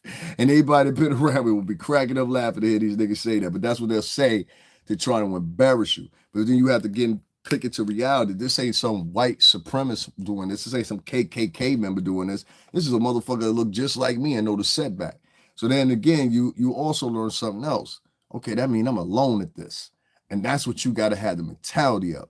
You can't have the mentality. See, I've always been a one-man show. I don't never have no mods, as y'all call them. I ain't never had no mods. No, I take that back. I did have one mod, and I don't know if she's still my mod, but I ain't seen her in a long time.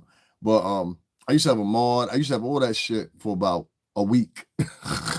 And then I let it go. You know what I'm saying? It might be a little bit longer than that, maybe a couple months, but one time I had a mod, and that was at the very beginning, 5 years ago. I've been on here for 5 years. And what I found is when you have particularly black audiences or whatever, you don't really win unless you're saying a couple of certain things. Like if you're bashing somebody Oh, but like, and I'll give you an example, bashing them in a sassy way. Like you get on, you know what, that bitch so-and-so ain't shit. Da, da, da, da, da, da. Let me play back this video with the bitch said. Da, da, da, da, da, da. Oh, girl, you done went through it. Let me donate. What's the cash app? What's the cash app? This is what they're responding to because this is what their mentality is. This is why I stay away from these niggas mostly nowadays because they stupid. You know what I'm saying? Not in the sense of like they stupid, like they can't cognate. They're stupid in the way they think. So that's why I don't fuck with most of them. But because you don't think like I think. Second thing is you'll get money off of providing a story of victimhood. So if you get up here like that one bitch, because there's been a couple of these bitches, like the Allie Carter bitch, right?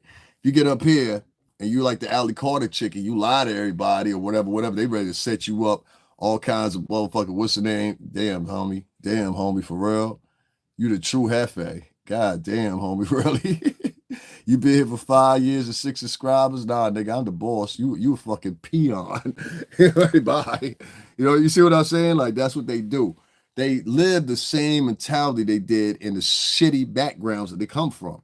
You understand what I'm saying? So, like, you see what the nigga just said right there? That's some shit you stay in the front stoops of the project. So, that's who these people are. So, I don't really be giving a fuck, dog. Like, I don't care. Like, you know what I'm saying? You can say whatever fuck you want to. You know what I'm saying? It is what it is. I don't know you.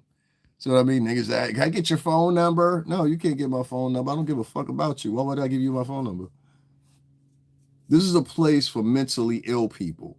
And as you see me read off what I'm saying, pay attention to what I'm saying. The new imprint is not to get up on here and talk to niggas no more. I learned this a couple months ago. Somebody put that in my ear. He says, yo, stop talking to them people. If they ain't supporting you, they ain't hitting up the cash out, whatever, don't say shit to them. I'll make fun of people in here, but you see, as soon as I make fun of them, what I do?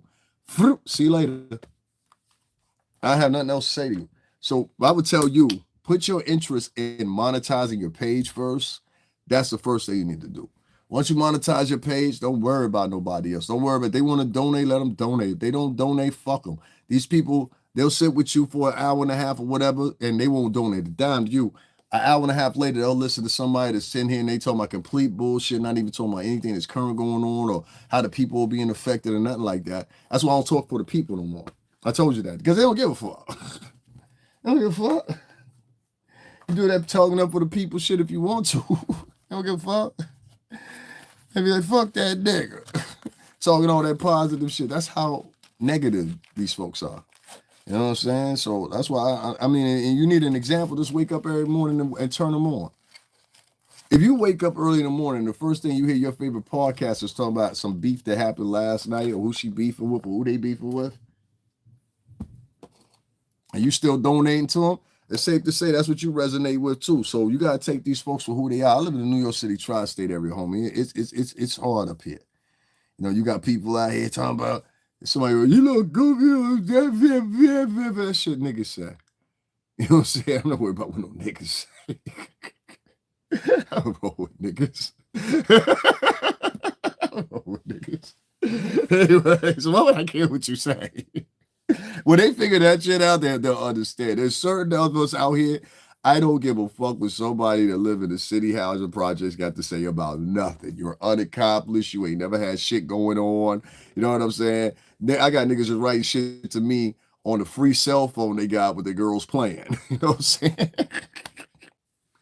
I got niggas writing shit to me that right now they sitting in their girlfriend's house waiting for her to pull up from getting off of work because they've been sitting there playing PlayStation 5 all day. Got the controller in one hand, texting whatever they saying to me in my chat room in the other. You understand what I'm saying? That's the type of elk of people you're talking about. So when you hear one of these niggas trying to measure you up and talk about, oh, well, just keep in mind, you talking to 9 times out of 10 a fucking loser that ain't got nothing going on, never had nothing going on. I hear half of these motherfuckers on YouTube ain't never been in the music industry a day in their life, talking about acting like they experts on the music industry. There's a nigga on here right now. There's the number one go-to because basically he's just a glorified snitch. You know what I'm saying? Like, tell us what you know. It ain't got so bad for him. He just started inviting people up on there that nobody even heard of. Like, who the fuck is this? I'm inviting Joe Schmo up today. He's going to have a talk about what's going on with Diddy. Who the fuck is Joe Schmo? We don't know who Joe Schmo is, but he'll present Joe Schmo like Joe Schmo is some expertise and Joe Schmo was around and Joe Schmo or whatever Joe Schmo thinks is stone and craftsman and gold. I'll be like, yo, and they'll have a whole bunch of fucking. Unfortunately, he'll have a whole bunch of black people and Latin people to sit right behind him. Do you believe me when I tell you I watched two guys flexing with 12 bucks each? No, I don't give a fuck what you talking about. That shit sound weird, dog. Like, what's wrong with y'all niggas, bro? This nigga been here for 8 years and got one subscriber. That's why you got one subscriber and been here for 8 years. You're a weirdo. Somebody wrote, this guy right here, he chose to write monkey emojis. I hear you, man. I hear you. I hear you. Am I supposed to be hurt? Oh, am I supposed to be hurt? Oh, you gonna be hurt though. Oh, you gonna be hurt. That little bullshit ass profile you got. I told you if it ain't the poor white trash, it's the niggas. What's up, Gerard? If it ain't the poor white trash, it's the niggas. You know what I'm saying? So it is what it is. If it ain't the poor white trash, it's the niggas. They pretty much one and the same. Thank you, Gerard. They pretty much one and the same. Yeah, you never know the history of that? Okay, so check this out. Most poor black Americans, especially rural black Americans, the majority, I got you, fam. The majority of them, believe it or not, they learn their connotation of speech and everything else from what you now consider low educated, low brow English white folks. And so, and then there you had like 5 different groups. Like a lot of people don't realize this. You had like 5 different groups of Americans that were now newfound Americans that were identified as white in this country during those periods, including right up to black here in Salem, Massachusetts. I mean, excuse me, not Salem, Boston, Massachusetts. That's another story with Salem. Salem's with the richest. But in Boston, Massachusetts, you had the Boston Tea Party played out there. Where I used to live at, there's a huge barracks where the Revolutionary War was fought. You know what I'm saying? Which everybody knows this. So, you know what I'm saying? Shout out to NL. You know what I'm saying? I always put NL on top of everything. That's my second home, whatever. Even though I don't talk to some of y'all sometimes no more, as much as I should be. I love y'all. You know what I'm saying? Low budget losers. I guess so, yeah. But, you know, you had like 5 different groups of white folks that even white people would measure, if that makes any sense. You know what I'm saying? And they would separate them. And a lot of people are not privy to this. This is why they would sit there. That's what's up, man. That's what's up, bro. That's what's up. Peace.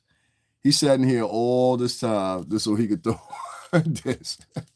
You see what I mean? A lot of these people, they be weird, bro. But that's what you get. You got 5 different groups of white folks, and you know, some would call them the crackers, some of them would call them the pagan ones that they had, the non-denominational ones. It was all these different groups. And then you get into the what's the name, the ethnicity group of them and everything else. And it was this very fluid white, and I gotta find her channel again. She's a woman. She did another experiment one time, which was she put these kids in the class. She put black kids and white kids in the class. I don't know if any of you guys saw that, but she did another lecture at Columbia, Cambridge University, about these different groups of whites that historically have existed within white culture. And it's quite engineering it to watch it, because when you watch it, the first thing you recognize is, okay, that sounds like, and this is like English jargon. So you'll hear English slang and everything mentioned in these early settlers that first came over here. But what you'll hear similarities in how lower class black people talk. You understand what I'm saying? And so, especially when you go down to the South, you'll hear some white folks down there that sound just like black people. They sound just like, especially when you get to Florida, North Carolina, shit like that, you'll really start to see it. Mississippi, Memphis is like that. You go down to Memphis, they talking that Geechee juke shit, just like everybody else. You understand what I'm saying? So, and they get it from them. So really, the broken English and the slang that you hear black Americans speak, it actually comes from lower tier white Americans that owned them at one time in this country and they listen to. So next time you say somebody sound ghetto or whatever, oh, you mean I sound white? Lower class white? Is that what you mean? I mean, there's probably 6 or 7. I know another professor at Yale University, she had a whole course on it. And she called it the sub financial categories of American whites. There's been other people that have documented this from women to men. Those first settlers that came over here, and that's why I hate when I get somebody that's not. I don't care who immigrates here, whatever the case may be. But what I can't take is, you know, I guess by all means and denies, I'm half American or whatever. So I can't stand it when you get people that like their first generation or second generation, you only really caught up on current history in this country. You don't know anything about past history in this country or how this country got to the point it is. And you just kind of throw out your chest at the part of history that you like. Does that make sense? And so, you know, like if the part of history that makes sense for you is that was the day when they started letting immigrants all throughout New York City and Chicago and everywhere else. That was a day of liberation for you, but I'm not going to see it that way. You understand what I'm saying? Even though I come from an immigrant background, my damn self, I'm not going to see it that way because my mother's Black American. So you get what I'm saying here? Like, and many times you get people that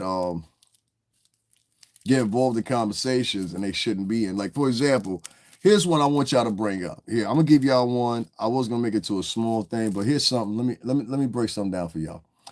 Next time y'all get into the question mark when y'all talking about Fat Joe or whatever, and y'all just not answering the right questions. When somebody that's Latino tells you, "Hey, well, yeah, Latin people help create hip hop," and versus help hip hop, I can live with help hip hop, but I won't live with help co-create because you didn't. You understand what I'm saying? And to prove that, I'll say this. Name me 10 rap groups that were Latino that were out in 1980, 1985, 1990, or even up to 1995 and 2000. Name me 10 American-based, American-signed Latin rap groups that were flourishing in 1980, 1985, 1990, 1995. I will not substitute dance music. I will not substitute Latin freestyle. I will not substitute conga and salsa fusion. I will not consider fucking bachata fusion. I will not consider Gloria fucking Estefan. All right? Shout out to Miami. Name me 10 groups. If you help create hip hop, then en salud la gente latino, tú sabes, respetando, para mí, so la verpera, esa no tuyo, esa es la negro ahí, es la toda la negro, no toda la negro, tú sabes, la muchos presentes. Entonces, sabes, el tuyo, 20 personas. Esa está bueno, 20 personas. Esa está bueno, esa muy más, 20 personas. So you know what I'm saying? Like that, like yes, you had some add-ins, but when niggas that go out here, like, you know, have full conversation, I think that's the problem that a lot of people have with you, Fat Joe. You set it off and you made it look like it was something other than what it was. And you really didn't say it yourself. You just, I think what they're looking at is you back the words of others. You understand? And I said I had to look at it, and I did a piece on it, still on my page here. And I broke it down before. I said, this is what African Americans need to do with this hip hop conversation. And this is what Latinos need to do with this hip hop conversation. And what y'all really need to understand with this whole conversation is, once again, it's a trajectory, just like they did with the Willie Lynch shit to try to separate niggas. If you live in the New York City tri-state, you ain't grew up with nothing but Dominican and Puerto Rican niggas. You understand what I'm saying? You ain't do nothing but grow up with Dominican and Puerto Rican niggas. If you live all the way down to, I'm gonna say, if you live all the way down to Philadelphia, you ain't grew up with nothing but Puerto Rican and Dominican niggas. Now, a lot of these other Latin countries that are coming here, like Guatemalans and shit, I don't know these people. I don't know these people. I don't know what they on. You know what I'm saying? Some of them are cool as shit. Some of them are racist as fuck. You know what I'm saying? Some of them never seen another Latino that wasn't white before in their life, like literally. You understand what I'm saying? Like, I've had situations and I've seen some of the other, because we got like Colombians around here now that are black. We got, I ran into a Panamanian dude that was black. And I ran into like 3 people from Honduras, which I had some friends of mine that were from Honduras on here before. You know what I mean? And like, they're not my friends inside of like, I need something from them or something like that. I need to come up for them or something. Like, these are like real friends of mine. So, you know, like when I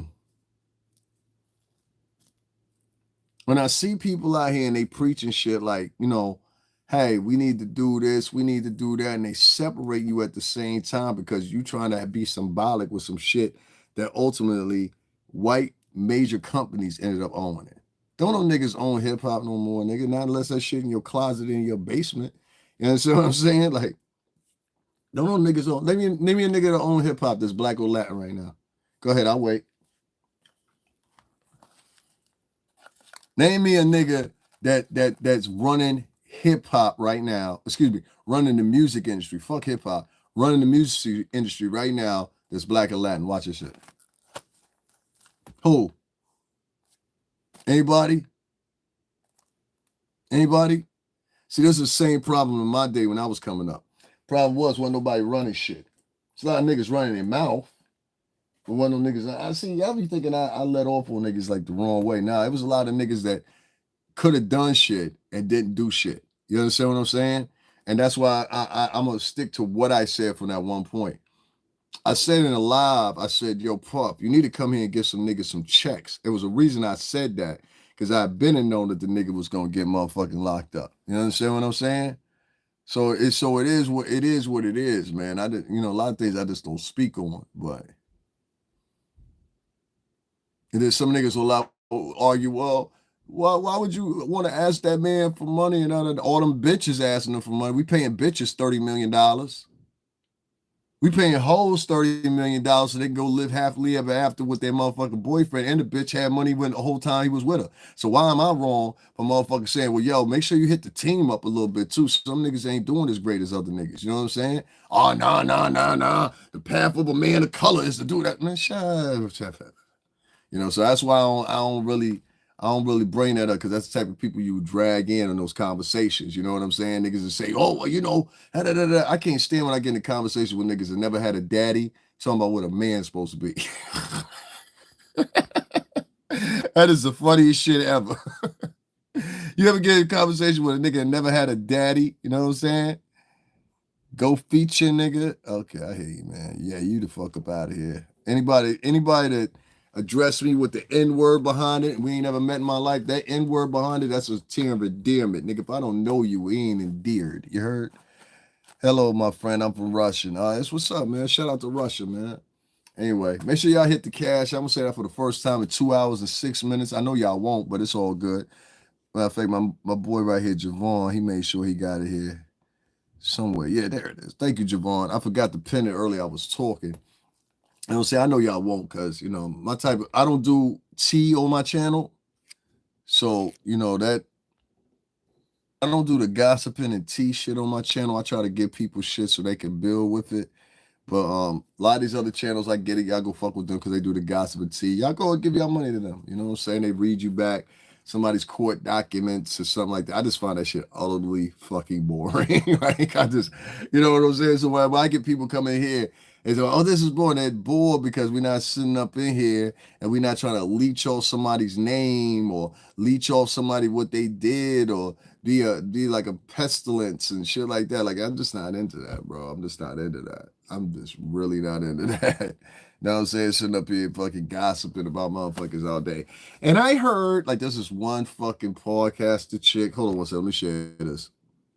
There's this one, actually, it's like 3 or 4 of them. This is what I was talking about, these female podcasts. This one particular podcaster. Where do I see the U.S. in 10 to 20 years? Hit me with a cash app and I'll tell you. I don't answer questions. Anyway, long story short, yeah, you want a question here, it costs. Like, I don't do free questions. I don't do Q&As with niggas. And if you start doing that with me, I'll probably just block you. You know what I'm saying? Like, I don't do Q&As with niggas. Like, that's not my thing, because people be tricky nowadays. There's no honesty in people, so I don't trust a lot of y'all. Anyway, long story short, this one particular blogger, I would call Lisa Smells, right? This bitch, she been running for 2 months now. Talking about, I gotta, and I think what the bitch did was she heard something on my page, went over and told this news agency and projected it like it was hers. So the only way I can counter that is I'm gonna actually take, because I found the clip. I'm gonna actually take the clip, I'm gonna play it back, and I'm gonna show y'all though. This bitch said word for word what I said. So we got another plagiarism motherfucker here. Meanwhile, this hoe is sitting around talking about, go make sure you get my article. You get my article. Chick, you didn't, those are not your words. You know what I'm saying? Those are not your words. I know those are not your words. You know what I'm saying? And so, whoever that little magazine agency was, a Hollywood Reporter or whatever, y'all should dig down and find out what y'all find out about that chick. Because to be real honest with you, the bitch regurgitated my words and the words of some other people. And that seems to be what she's good at, regurgitating other people's words. The same shit she say to y'all in y'all interview, I said at the third arraignment for Puff. I think it was the third arraignment I was at. And y'all heard me towards the end give a whole diatribe about that lasted probably like, I don't know, probably 30 minutes. I was talking about the same exact thing. I even broke down intricately how it was. Alicia Smells, all of a sudden, she's the top dog. Now, the reason I say this because that video is still on this page. You get what I'm saying? So anybody could have viewed it. You view it, gather the information out of it, because I'm very particular sometimes, but sometimes I'll do things like I'll stop a sentence or I'll stop what I'm saying or whatever. People be like, why you stop what you're saying? Because I don't want nobody to run with the rest of my idea. Because I know how these people are on here on this app. These people are horrible on this app, dog. But let me tell you. Oh, they'll steal from you in a minute. That stealing is their specialty. You know, if they're steal from you on YouTube, they're steal from you in real life, too. That's how I look at these niggas. Like, you know what I'm saying? I won't bring you to my house. You're still at my house, too. You know what I'm saying? If you'll steal some YouTube information, won't you steal out somebody's house? You a thief. You know what I'm saying? Thieves don't that. We don't get many donations over here because it's not a T channel. It is what it is. That's just what in the other half, you know, it's just confusing. It's confusing world. I got Latinos that want to donate. I got Latinos that don't want to donate to me because people ask me, they say, well, how come Latinos don't donate to you? I said, I be having a lot of Latinos that donate to me, but it always be Latinos that look like me. It's never, very rarely you have any white Latinos. You know what I'm saying? Like very rarely. The white Latinos, they donate to like bitches most of the time. White Latino men, I'm dead serious. They donate to bitches all the time. Black dudes, they the same way. They donate to bitches all the time. Yeah, that's what it sounds like, the old gal. Their jobs were to break black folks back in. Like I like for me, I've given up on that shit. I feel there's some good Black American and good Latin American people out here, but I think the way the tides are turning, I think it's going to get worse. I don't think you can depend on these people as far as you talking about like an infrastructure like that. Like, for example, the old gal, when you first came in here, first thing we were talking about was the lack of support I get here. This woman's been here with me for a very long time, and she's watched me cover things, a lot of things. She watched me cover the Jonathan Majors trial. She watched me cover the Trump trial. She watched me cover these arraignments with Puff. I've been there in person. And to see the lack of support I get versus somebody that's sitting in their bedroom. There was a lady that was sitting in her bedroom and literally streaming the shit from the Associated Post. And this bitch made more cash apps than I did, and I was actually there. And a lot of it has to do with misandrous women that hate men. A lot of it has to do with specifically misandry in the form of they don't like men of color, particularly. A lot of what I find is if you're not a simulist and you're not simulated to listen to some of our toxic sisters' behaviors and relevance or whatever, then they will just like they try to do Snoop, just like they try to do Nelly, just like they try to do Ross, just like they try to do Soulja Boy. They'll gather up and say, hey, we don't want him in here, so we're going to cancel him. They're not trying to cancel anybody they call an oppressor, and not trying to cancel anybody that they find as part of white supremacy. They're only trying to suppress their own people because they feel like they have a realm of control. You understand what I'm saying? My advice to you, if somebody tries to do that to you, kill them. I can't believe that slipped out. I'm sorry. I didn't mean to say that like that. Let me take that. I didn't mean to say that like that. That was a break. I wrote a comment about indentured servers breaking black folks in, but I don't see it. Somebody probably, what's the name? But the same thing. You're telling the truth. Indentured servers used to do the same thing. White indentured servers used to break the black slaves in. You can't even spell U-R. U-R is spelled, listen, you dumb bitch. U-R is spelled Y-O-U-R-E. Okay? Y-O-U-R-E. And your motherfucking message got held for review. You understand what I'm saying? Then you try to call me a nunce. Like, you sound stupid as fuck, bro. Now niggas is all Kelly. You see how I'm saying? Every week they got a new word. Niggas is crackheads, niggas heroin addicts. Nigga, I should be going out of here. Niggas say I'm a heroin addict, crackhead, dope head, meth head. Now I'm all Kelly. I'm Lil Diddy. I'm this, I'm that, I'm this. This is your culture. That and poor white trash. You proud of these people? I wouldn't want no people like that next to me. The only thing they would tell me is, when am I next? You know what I'm saying? Nah, I'm good with that. If I got to do this whole thing by myself or with the Italian and Greek friends that I know, I'm quite suffice with that. You know what I'm saying? And then I'm not saying there'll be hell to pay later on, but I'm just not really interested in like linking like I once was with Black and Latin people like that. I just really not. I don't find any benefit out of it.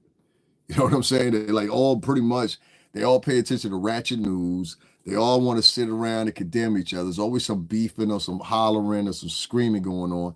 I've been watching these bitches that were live since 8 o'clock this morning talking about beefing with bitches. And bitches is just sitting in there throwing cash apps at them left and right, left and right. Here you go, girl. Beef some more, beef some more. I'm like, damn, you paying bitches to beef? You know what I'm saying? This is the culture, right? You know what I mean? So like I said, man, I don't be worried about that shit. I don't be worried about that shit at all. At all. Yeah, I don't be worried about that shit. I don't be worried about, oh, you know what I'm saying? Oh, you making fun of me? You trying to say something about me? Jason Moreland. Let's see how successful you are. Oh, this message got helpful review. Ain't that something? Yeah, I think we got one of this poor white trash. Oh, wow. You've been in here for 18 years and got 2 subscribers. Well, I know all I need to know about you. Hold on one second. Let's get this cocksucker up out of here. No. You've been here for 18 years. 18 years, motherfucker. 18 years. I told y'all the app been here for 18 years. You know what I told you? That means that motherfucker been on here since the beginning and been trolling. Now oh, world. Who told you that? Who told you that? Who told you that? You know what? That's gonna be your last motherfucking insult like that. And your mother's a whore. Let's see how long. This whore's been on here for this son of a whore has been on here for 13 years and got 8 subscribers. Called me out of my name. And let me tell you something real quick before you go. And I want you to run back and tell your buddies this. If you or anybody else you know in your motherfucking camp or your friends' social circles, that includes that Murph motherfucker, the bitch from Canada, the fucked up nigga from England that's motherfucking a real, which you just wrote in my chat room, and niggas is out here saying it about him. You understand what I'm saying? But I ain't gonna mention on that because I ain't no sucker. You understand what I'm saying? Whether it go for the bubblegum nigga or any motherfucking mismatch motherfuckers as part of their set, their vlog. Not the real niggas they try to run behind an interview. You understand what I'm saying? You fucking bottom dweller motherfuckers. Let me tell you about a bottom dweller motherfucker, right? A bottom dweller motherfucker will go and run and try to motherfucking interview the real niggas. You understand what I'm saying? A bottom dwelling motherfucker will start shit with you and then try to put up other men in front of them like a shield. Help me, you bitch. You know what I'm saying? What I'm saying? You can't really like take men like that seriously. You understand what I'm saying? Like I don't take no niggas serious that come in with fake profiles. I don't take no niggas serious I ain't never met before. I don't take no niggas serious that you inviting other people to come over to other people's pages. You know what I'm saying? Now, if I turn up on your page, it's gonna be different because I'm not coming by myself. You understand what I'm saying? And trust me, based on who I know and who you know, I guarantee you be gone before I do. You understand what I'm saying? You'll be gone before I do. You know what I mean?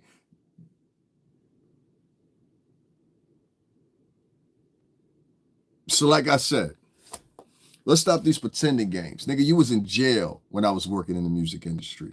That's for one. The other nigga, he was a fuck up. How y'all, they over there, let me tell you something. That's how bad it is in the culture.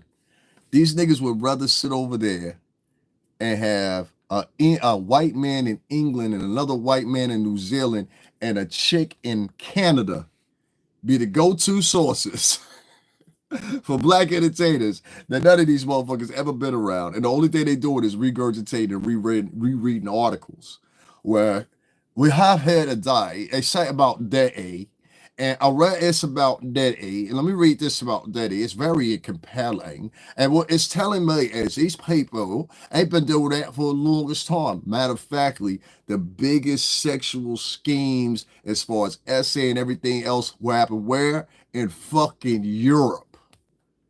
Even the motherfuckers they trafficking from Czechoslovakia, Sweden, Germany.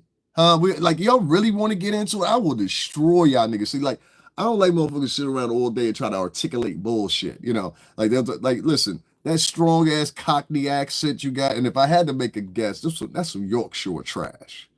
You understand? That's a Yorkshire Cockney fucking accent. That's if I had to make a guess. Either Yorkshire, West London, it's somewhere around there, that accent. I can fucking guarantee you. I can guarantee you. And I don't even know them motherfuckers. But trust me, my friend already told me, she said, yo, it sounds like it Yorkshire, Cockney. She said, I can't really make it out because there was only one of them talking. But this is like basically what they would call in reality Euro trash.